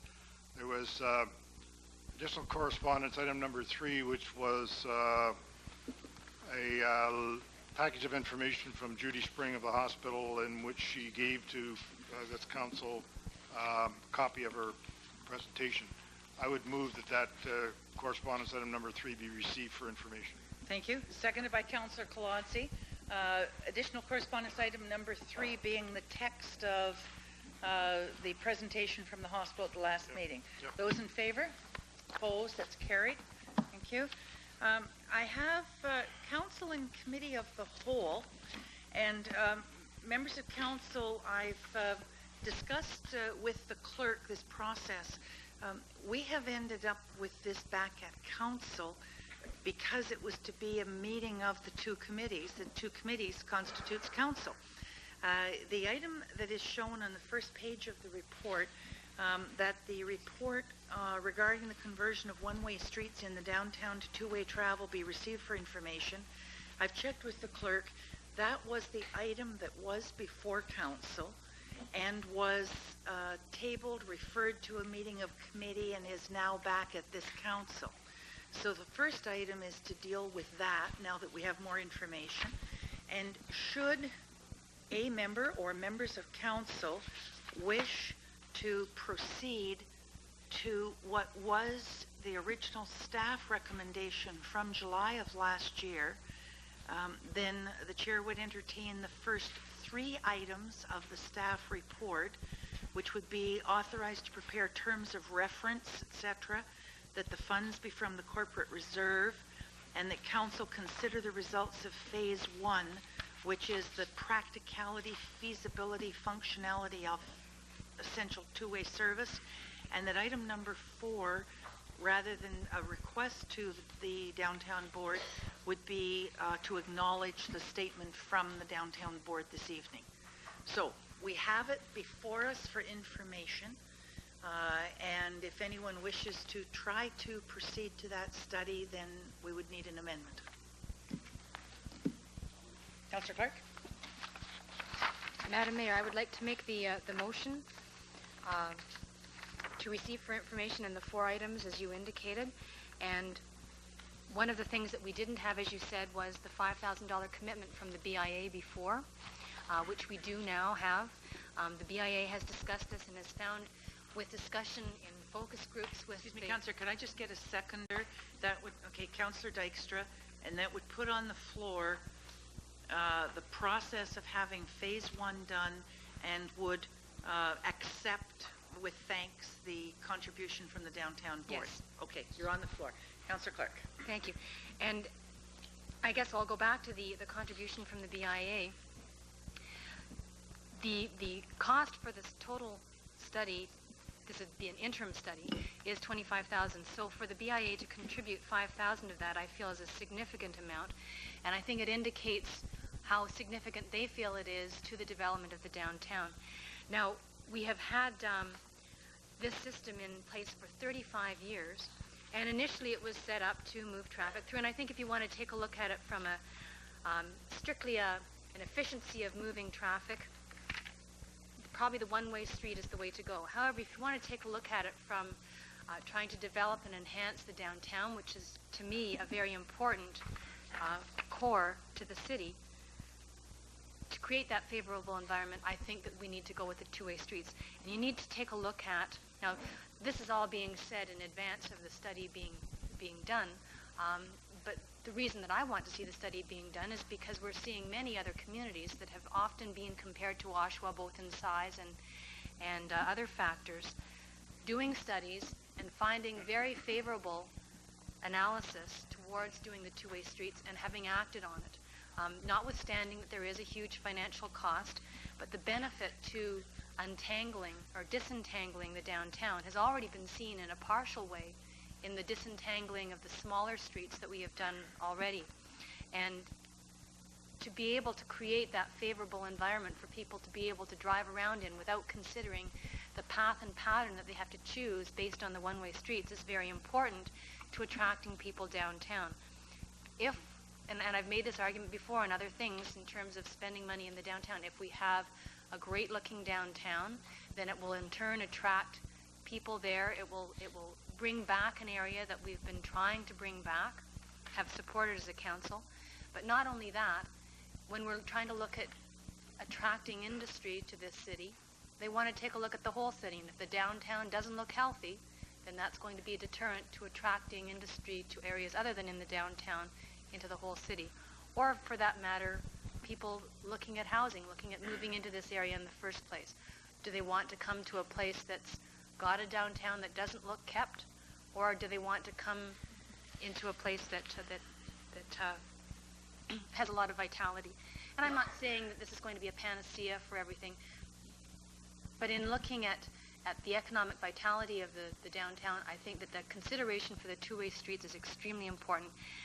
Oshawa likes to pride itself in taking initiatives. A lot of other communities, similar to us, as I've said, have taken this initiative, and I think that we should be taking this study into account and putting the money into it. Thank you. Thank you. Councillor Aker. Madam Mayor, I speak in opposition to looking at phase one of an $80,000 study to examine the notion of two-way streets for arterials in downtown. I understand that the council has spent hundreds of thousands of dollars in terms of looking at the aesthetics of the downtown and the streetscape, forming the Downtown Action Committee. But I do not believe that the conversion of the two-way streets will eliminate a throughway aspect of downtown. I don't think there is a throughway aspect of downtown right now because if I want to zip somewhere quickly, I don't go downtown because I think that there is a traffic congestion down there generally throughout the day, and that people aren't really. I don't feel that there is a rush through downtown as with the one-way street issue.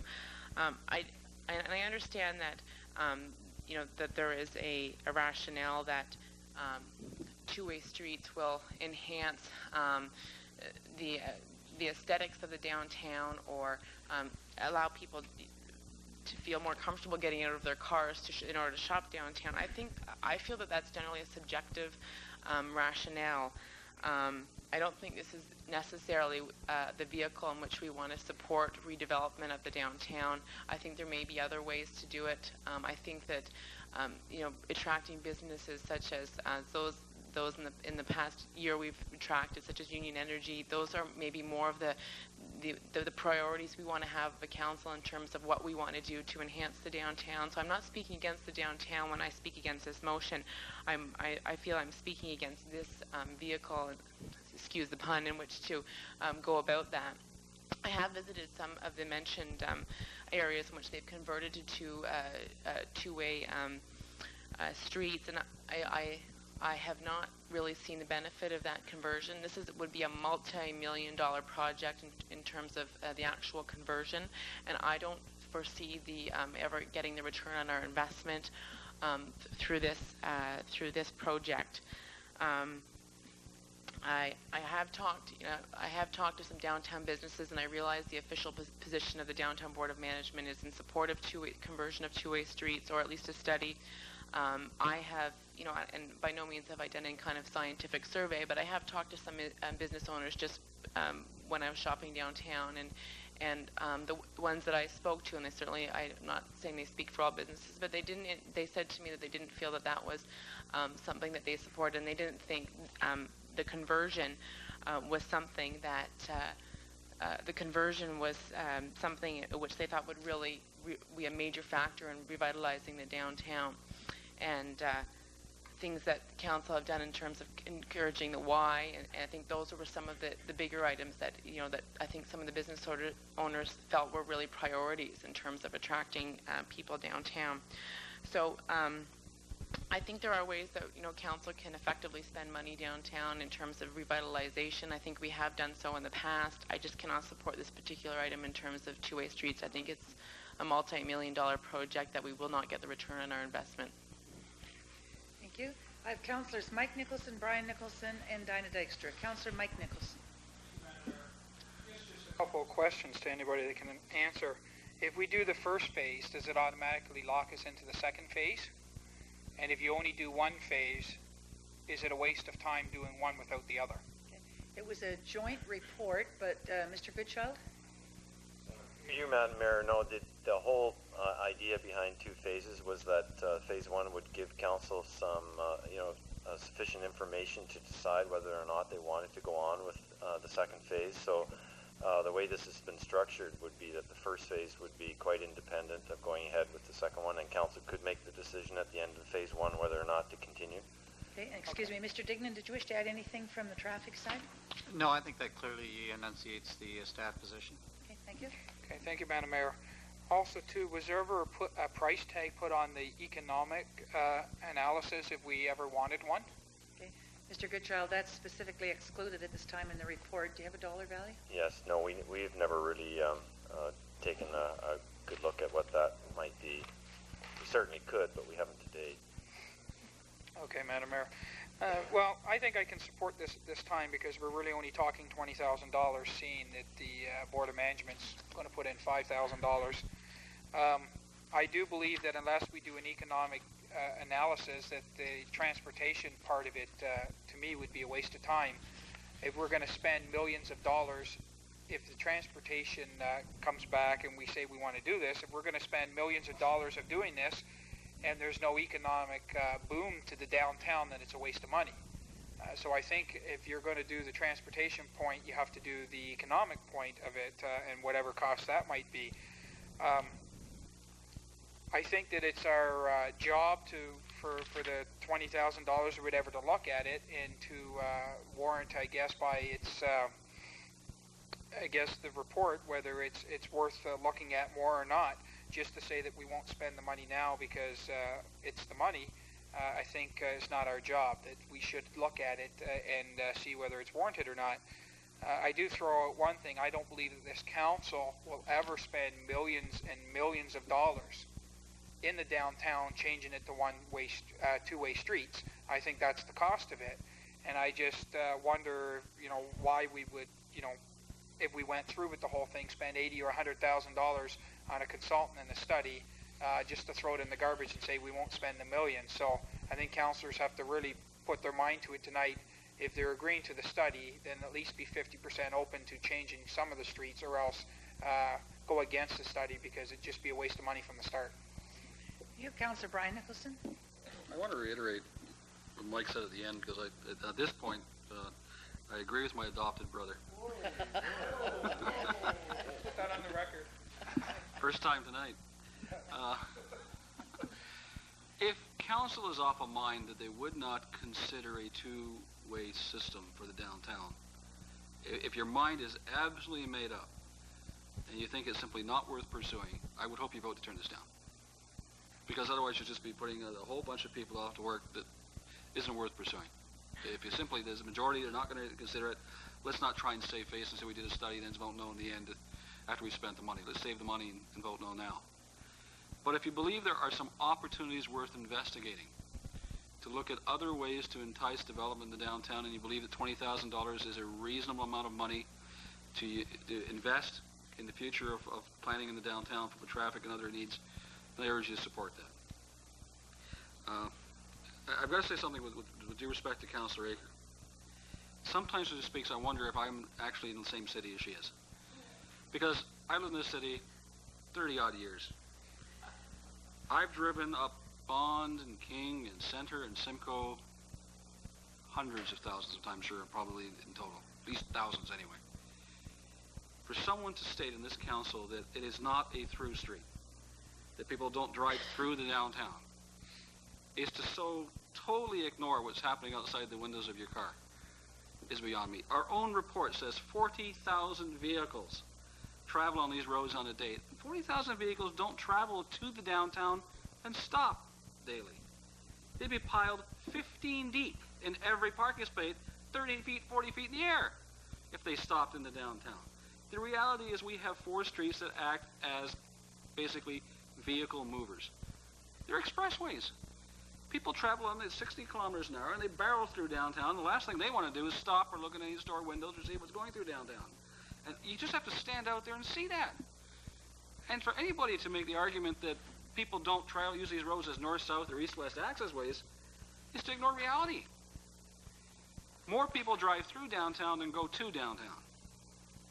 And we have to find a way to get them to look at downtown as a destination, not simply as something they have to tolerate on their way home or their way into some other shopping plaza. If we're serious about the investments we've made, about the hundreds, hell, the millions of dollars we've invested in the downtown, including a parking garage, where I think the total is almost $50 million by the time it's paid for. If we were serious about trying to find ways to attract investment, you can't ignore a question that's been asked. And the question has been asked, would a two-way system create more economic spin-off than the current system? I don't know the answer to that. I'd like to know the answer. I'd like to see what our opportunities are, and I'd like to put that issue to bed once and for all. If Phase 1 tells us that it might, but it means we spend $3 million in improvements and the spin-off is $100,000, well, my vote's going to be real simple on Phase 2. If conversely it says that Phase 2 and other investments will reap tenfold our investment, then maybe I can vote to proceed. But how you make a decision of that magnitude without having any facts in front of you is beyond me. Like I said, if your mind's closed and you're not voting for it at all, please vote no. But if you have an open mind and you care about downtown's future development, at least finance this portion of the study. Councillor Dykstra. Madam Mayor, I do need to clarify one of our speakers.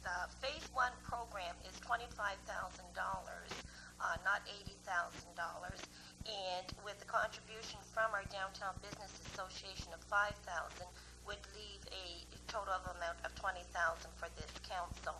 I thought that was a bit important to clarify the numbers there.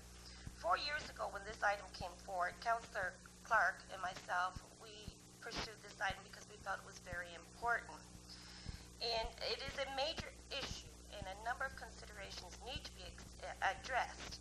And a great deal of these considerations is traffic signals, signage. Are the merchants prepared to have elimination of parking spots at the core? Access to properties. And are merchants also prepared to have shipments come at a certain time of the day? These all need to be addressed as well. When Council supported the Vision 2000 plan, it did include a revitalization for the downtown. This included the transportation system. In 1996, Council approved one-way streets to be converted to two-way streets from Salina, Albert, Ontario, and Victoria Street. These conversions of these streets was with a huge success and very positive feedback, not alone from the merchants and the stakeholders, but from the citizens of Oshawa. I had not received one negative input on the conversion. It was a process of learning to begin with. We did have a bit of situations, but then with everything else, you do need the education. The need for conversion of one-way streets to two-way streets have been identified by the stakeholders, by the tourists who have entered into our city, as well as the citizens of Oshawa, and most of all, our merchants. To address this issue, I had a petition done that I started, and we did it for 2 weeks with the merchants. Within the 2 weeks, there was 1,000 names on that petition. I believe Mr. Goodchild has a copy of that petition, stating they were in support of conversion of one-way streets to two-way streets. Two-way streets versus one-way streets does have a major effect on our traffic flow, as we have seen many times. It is crucial for this study to be addressed, and the need for the future success of our downtown and the revitalization of our downtown. We need to make our we need to take our streets to two-way streets to make it more user-friendly. We need to slow traffic down, which is currently speeding throughout our downtown, and tremendous accidents such as people coming down the wrong way on a one-way street.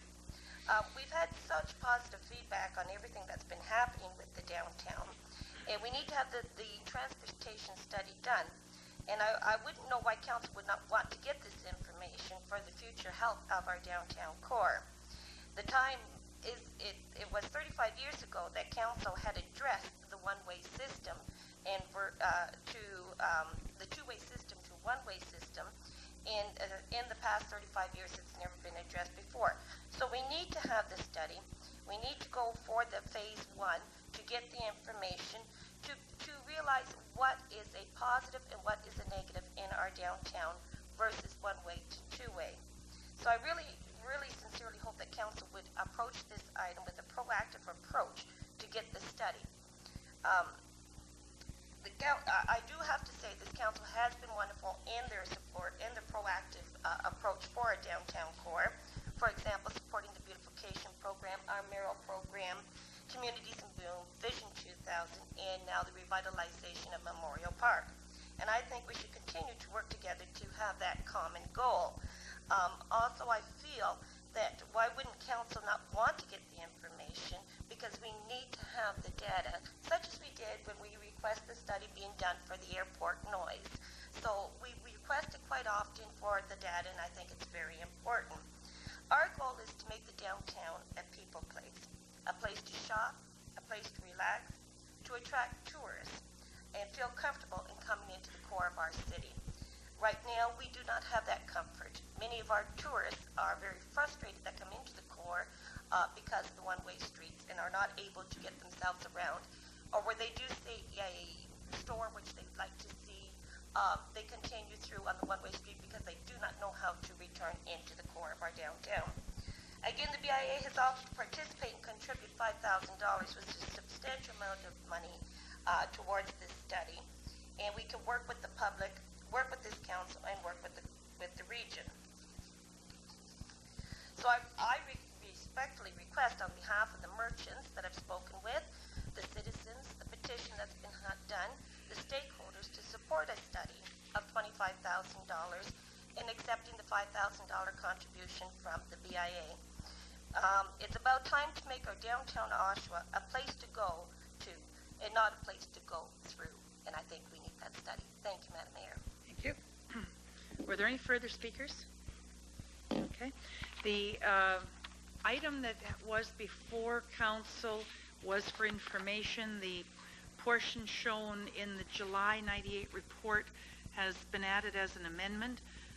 On the amendment to approve proceeding, certainly, to approve proceeding with the phase 1, and that we thank the Downtown Board of Management for their offer of support. Councillor Aker. Councillor Boychin. Councillor Clark. Mayor Diamond. Yes. Councillor Dykstra. Yes. Councillor Gray. Yes. Councillor Harrell. Yes. Councillor Kolodzi. Yes. Councillor B. Nicholson. Yes. Councillor M. Nicholson. Yes. Councillor Pidrebecki. Yes. That's 10 affirmative, 1 negative. The amendment carries. On the main motion as amended, those in favor? Opposed? That's carried. Okay. Mr. Sherman, we're on. Thank you.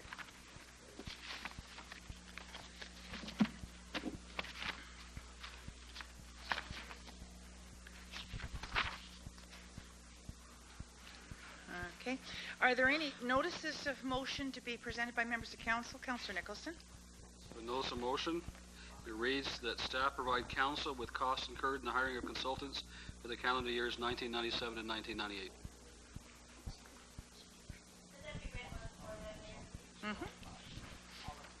It's that staff provide council with costs incurred in the hiring of consultants for the calendar years 1997 and 1998.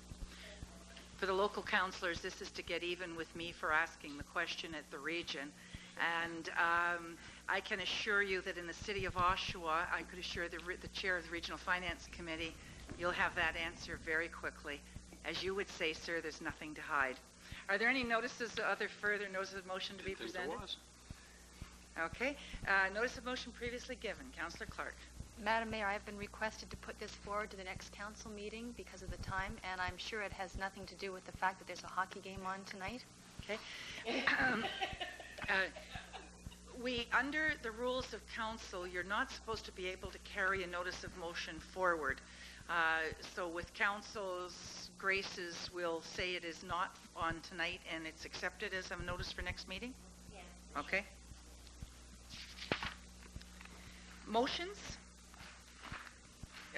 Counts, I think have you got the Canadian Tire, etc.?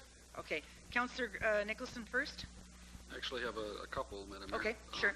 Move by second by Councillor Nestor Pidrebecki that the application submitted by Columbus Variety, 1285287 Ontario Limited, 3309 Single Street North, and Canadian Tire Eric Sellers Holdings Limited, 441 Gibb Street, for public garage licenses be approved. Okay. On the motion, is there any discussion? Those in favor? Opposed? That's carried. Do you have further, Councillor Nicholson? Yes, I do. Same mover, same seconder, that the application submitted by Shell King Street, 520 King Street West, for a public garage license be approved. On the motion, those in favor? Opposed? That's carried. Councillor Gray?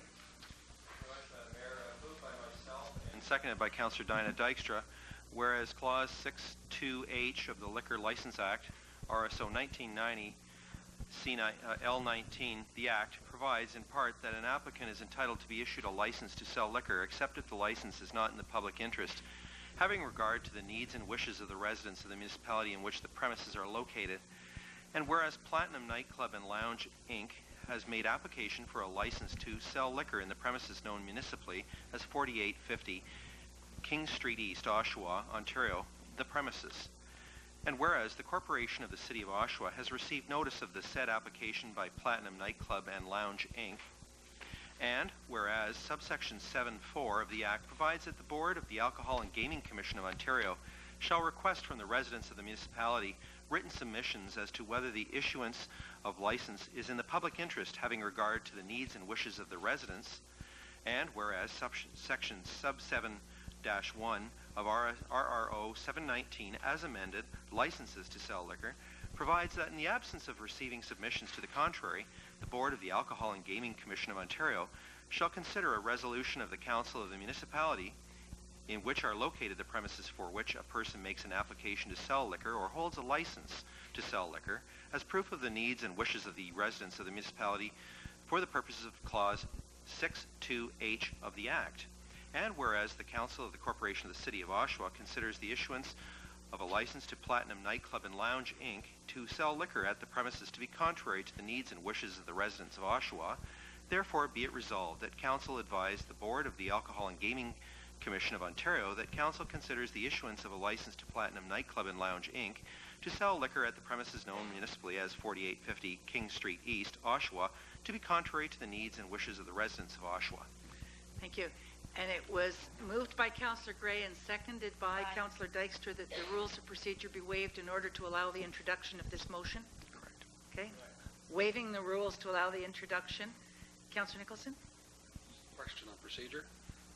Is there any background whatsoever to the motion that's just been read out? Okay. The background is change the name, but it's exactly the same as the previous issue. And what has happened is that the hearing has now been called and the date is set for the 27th. So now council needs to reinforce its previous position. Do you remember the presentation? Oh, I knew. I wanted to be clear on what we were doing.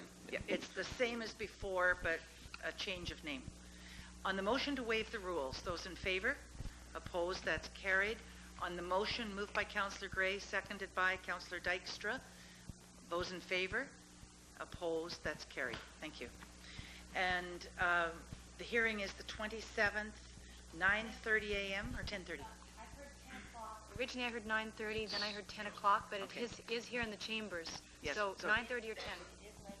9:30? Okay.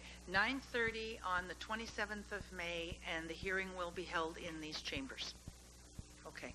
Are there any other motions? Councillor Klotzy. Thank you very much, Madam Mayor. Moved by myself, seconded by Councillor Brian Nicholson, that the rules of procedure be waived to allow for the introduction of a motion regarding City Council remuneration. Okay. Waive the rules to allow the introduction on remuneration. I'll ask for a recorded vote. On the motion, Mayor Diamond. No.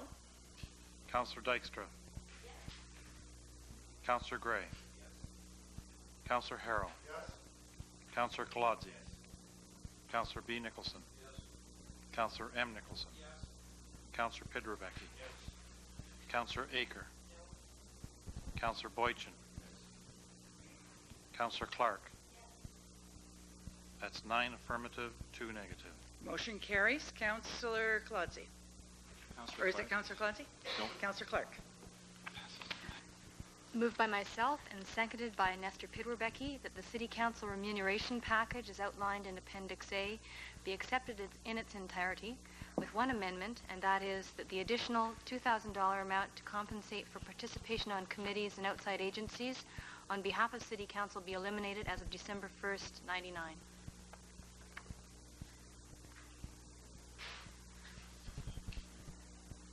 Okay.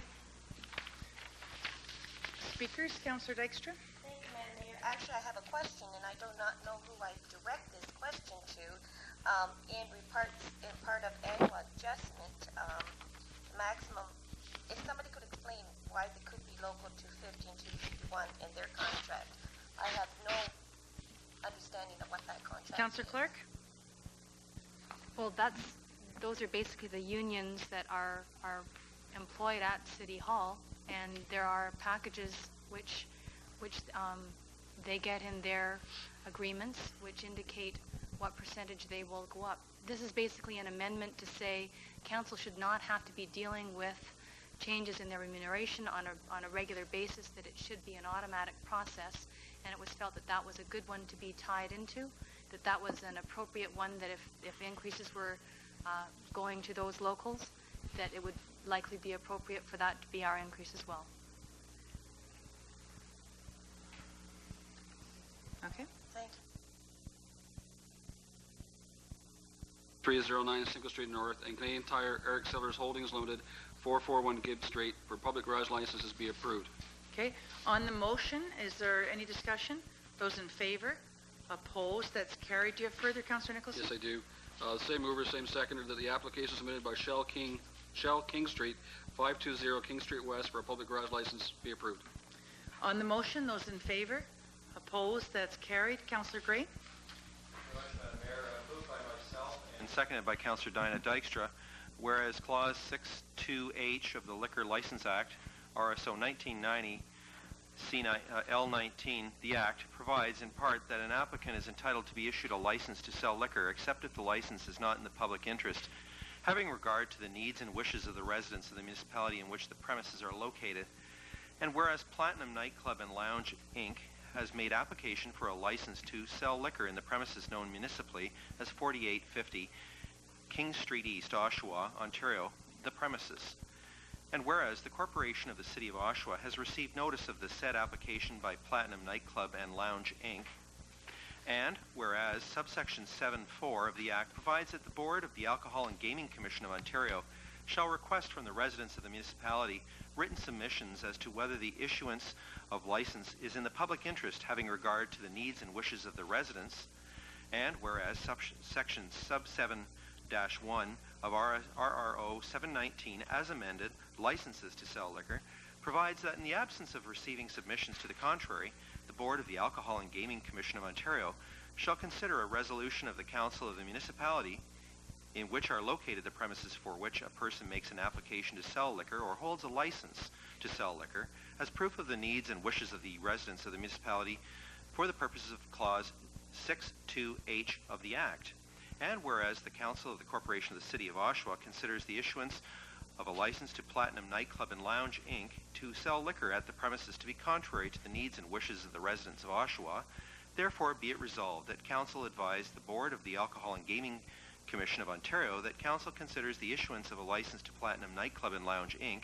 to sell liquor at the premises known municipally as 4850 King Street East, Oshawa, to be contrary to the needs and wishes of the residents of Oshawa. Thank you. And it was moved by Councillor Gray and seconded by Councillor Dykstra that the rules of procedure be waived in order to allow the introduction of this motion. Correct. Okay. Waiving the rules to allow the introduction. Councillor Nicholson? Question on procedure. Is there any background whatsoever to the motion that's just been read out. Okay. The background is change the name, but it's exactly the same as the previous issue. And what has happened is that the hearing has now been called, and the date is set for the 27th. So now council needs to reinforce its previous position. But you remember the presentation? Oh, I knew. I wanted to be clear on what we were doing. Yeah, it's the same as before, but a change of name. On the motion to waive the rules, those in favor? Opposed? That's carried. On the motion moved by Councillor Gray, seconded by Councillor Dykstra. Those in favor? Opposed? That's carried. Thank you. And the hearing is the 27th, 9:30 a.m. or 10:30? Originally I heard 9:30, then I heard 10 o'clock, but Okay. it is here in the chambers. Yes, So so- 9:30 or 10? 9:30? Okay. 9:30 on the 27th of May, and the hearing will be held in these chambers. Okay. Are there any other motions? Councillor Klodsky. Thank you very much, Madam Mayor. Moved by myself, seconded by Councillor Brian Nicholson, that the rules of procedure be waived to allow for the introduction of a motion regarding City Council remuneration. Okay. Waive the rules to allow the introduction on remuneration. I'll ask for a recorded vote. On the motion, Mayor Diamond. No. Councillor Dykstra. Councillor Gray. Councillor Harrell. Councillor Klodsky. Councillor B. Nicholson. Councillor M. Nicholson. Councillor Pidrebecki. Councillor Aker. Councillor Boychin. Councillor Clark. That's 9 affirmative, 2 negative. Motion carries. Councillor Klodsky. Or is it Councillor Klodsky? No. Councillor Clark. Moved by myself and seconded by Nestor Pidrebecki that the City Council remuneration package as outlined in Appendix A be accepted in its entirety with one amendment, and that is that the additional $2,000 amount to compensate for participation on committees and outside agencies on behalf of City Council be eliminated as of December 1st, 99.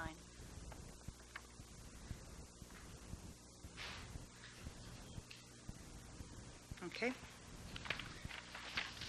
Speakers, Councillor Dykstra. Thank you, Madam Mayor. Actually, I have a question, and I do not know who I direct this question to. In part of annual adjustment, maximum, if somebody could explain why they could be local 250 and 251 in their contract. I have no understanding of what that contract Councillor is. Clark.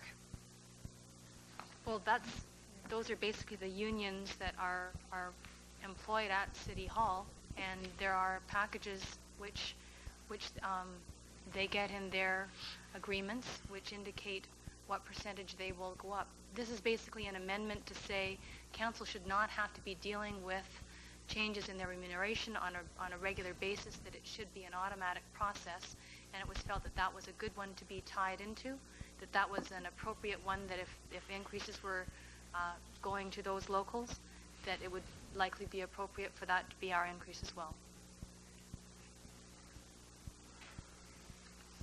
Okay. Thank you, Madam Mayor. Councillor Aker.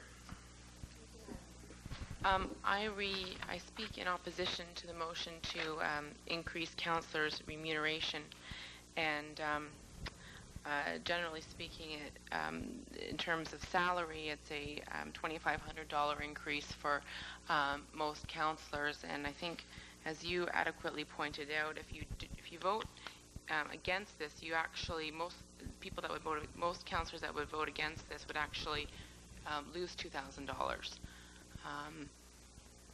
I think that we've dealt with remuneration already in this term of council, and that was that was dealt with as a prepaid expense of a $2,000 expense allowance of $2,000 at the beginning of each year.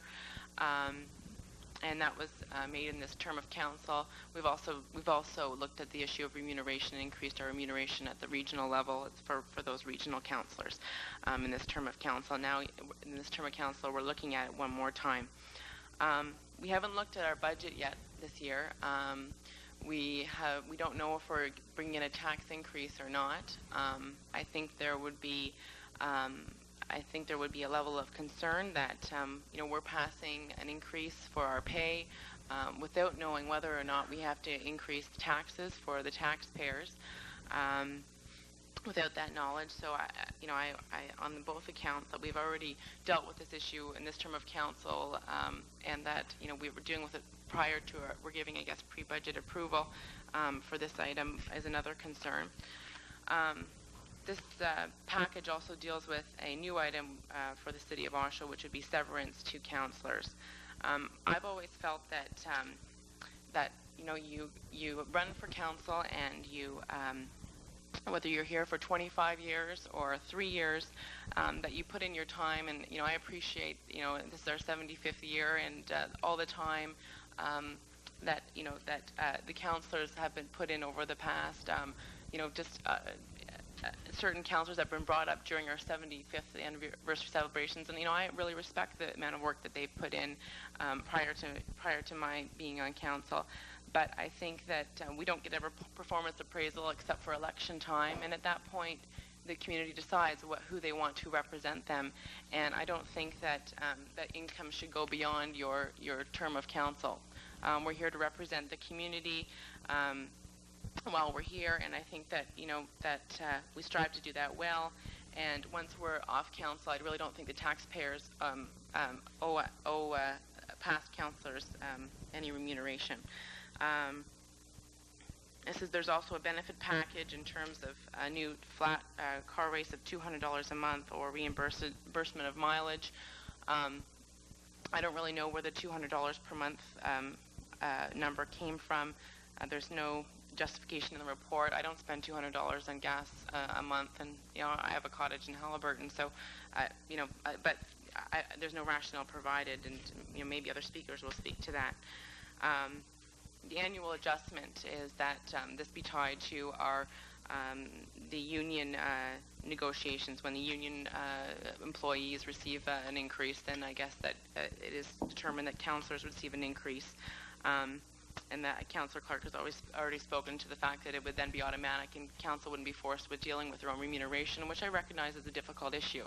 And I guess we could eliminate all difficult issues as councillors, but I think that there's a lot of times that I think we come here thinking, good God, we have to deal with this now. This is going to be a contentious issue. Well, there are a lot of contentious issues, and we have to deal with them. We're elected to make difficult decisions, and sometimes easy decisions. And I think that tying it to a union contract, I think council provides the terms of reference for our human resources staff to negotiate the union contracts. And we would then be negotiating our own payment with those terms of reference. So I think there's a conflict there in terms of determining our union, what we're directing our staff to negotiate, when we're also would be benefiting from such negotiations. So I think there's a conflict there. I realize the rationale, but I think there's a conflict there. So I've had this position prior to this. We've spent some money on a consultant, which we received for information. We had asked volunteers to come forward and give us some information. We thanked them very much, and we didn't deal with that issue. And now we have this on the table. I am opposed to this, every item on this report, Madam Mayor, and I find it difficult to. Some items more difficult than others, but I would urge council to think long and hard about this, and at the very least wait till our budget's done. Thank you. Councillor Dykstra, you had just asked a question before, did you? I have another question. Thank you, Madam Mayor. It's in regards to, and I'm sorry I wasn't privy to be at the meeting that was held at the council retreat when this was done. No, this was handed out at 6:20 tonight. Yes, I got it about 6:15. Oh, I thought it was done at the retreat. I'm sorry, that was my misunderstanding. Am I right? Okay. Well, my question is about the consultants. We hired a consultant for about $4,000. We had volunteers from the community come forward with a recommendation. They put countless hours and time into this. This council received it for information, which means take no action. How you asking that to the mover of the motion? To whoever, like, because Joe and Councillor Clark and Councillor Claude. Councillor Clark and I think Councillor Clark moved it. Who moved the main motion? Councillor Clark. I moved the main motion. Okay. The motion was moved. It's So it's just the motion is moved, and there was no regards to the previous money that we spent for consulting, and that was just received for information. So that's just been put aside. considered, and then this was put forward instead. Well, Madam Mayor, I feel that was a waste of money and a waste of volunteers' time and effort to come forward and do this work for consultants, and then we don't pay any attention to what they've come forward and we come forward. Okay. Are there any further speakers? Okay, I'd like to speak to it. Councillor Harrell, you want to take the chair?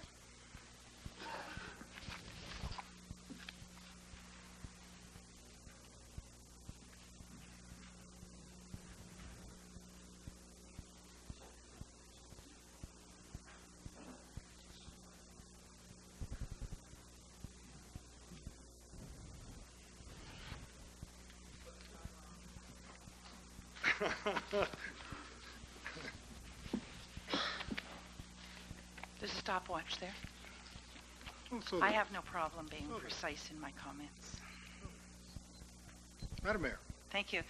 Mr. Chairman, first of all, for people who do not have a copy of this, and I would say that although there has been discussion over the last while, this particular motion, I came back to City Hall after dinner tonight at 6:15, 6:20, and it was under the door. So that is when I managed to see it. And let me just be very clear about what it says. That council remuneration be amended to provide for a maximum rate as follows. Mayor, $60,000 per annum, less the remuneration amount provided to the mayor for participation on the OPUC. City councillor, $21,000 per annum. That the incumbent for the position of mayor or councillor continue to draw their remuneration at the current level unless the incumbent notifies the clerk in writing that the incumbent wishes to increase the remuneration from the current level to a level no greater than the maximum established by this bylaw. That all future mayors and councillors shall also have the right to designate the salary level at any level between the current amount and the maximum amount approved in this bylaw. Members of council must notify the clerk of their designation within 30 days of the passage of this bylaw or assuming the office. Any further change in salary designation shall require approval of council. That the additional $2,000 amount to compensate for participation on committees be eliminated, and that's been added December 1. That in the future no remuneration shall be paid for outside work. And Mr. Chairman, I don't wish to use up my whole 5 minutes reading this fine literature, but there is an extensive severance package, an additional benefits package of $200 a month for mileage, that the effective date would be upon passage of the bylaw, an annual adjustment tied to that of our QP locals. My concerns, Mr. Chairman, are, as have been illustrated by Councillor Aker. This council engaged a consultant and used the good services of representatives of the Durham Region Labour Council, of the Chamber of Commerce, of other businesses in the community. And this council then decided, and albeit those members did not have adequate information on area municipalities, but this council decided to just drop that report completely, and it's only a matter of a few weeks that this should come back.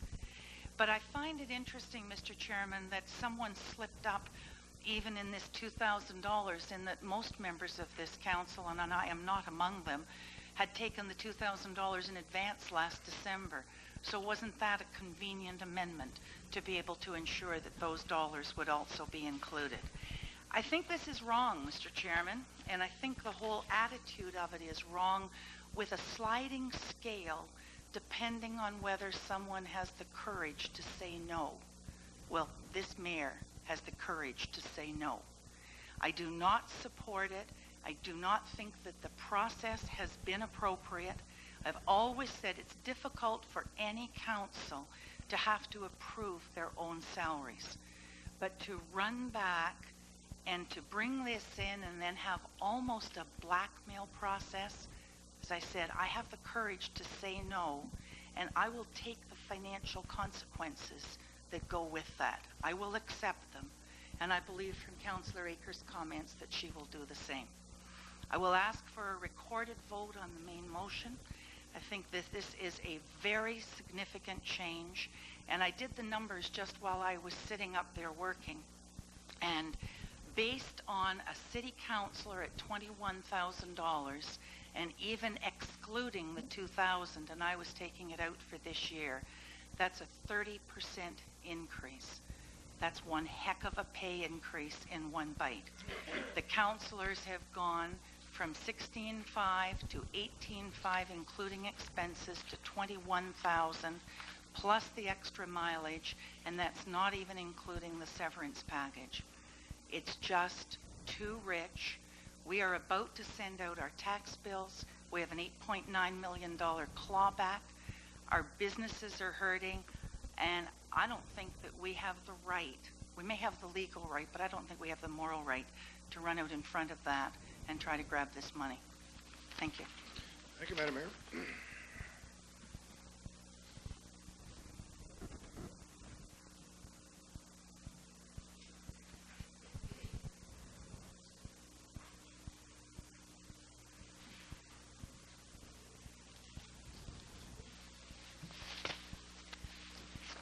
Councillor Clark, your December date was not an amendment, was it? It was moved with it? Moved with it. Okay.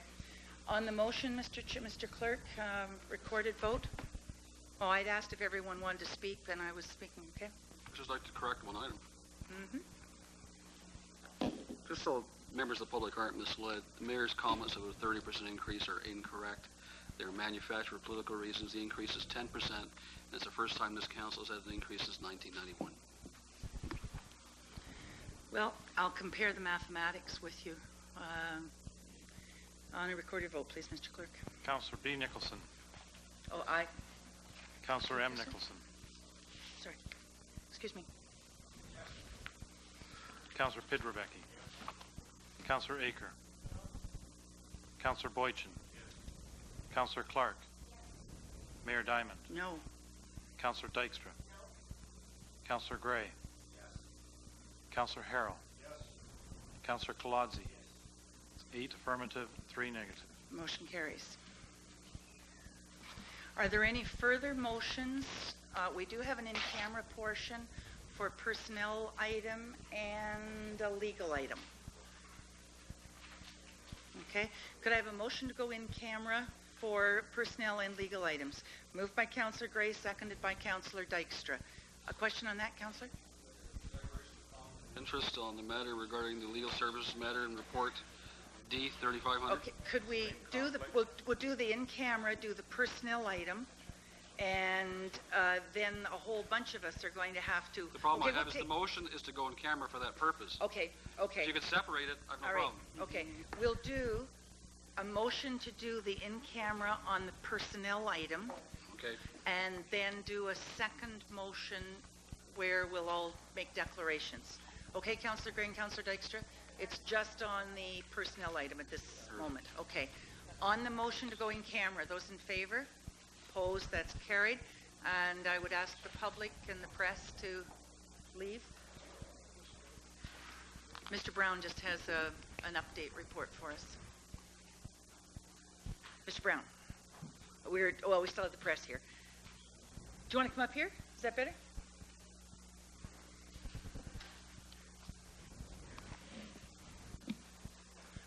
We still have the press packing up, so. Oh. Okay. We need the clerk. Okay. Could I also ask staff to leave for the moment? And we're going to have to do some switch-arounds here because of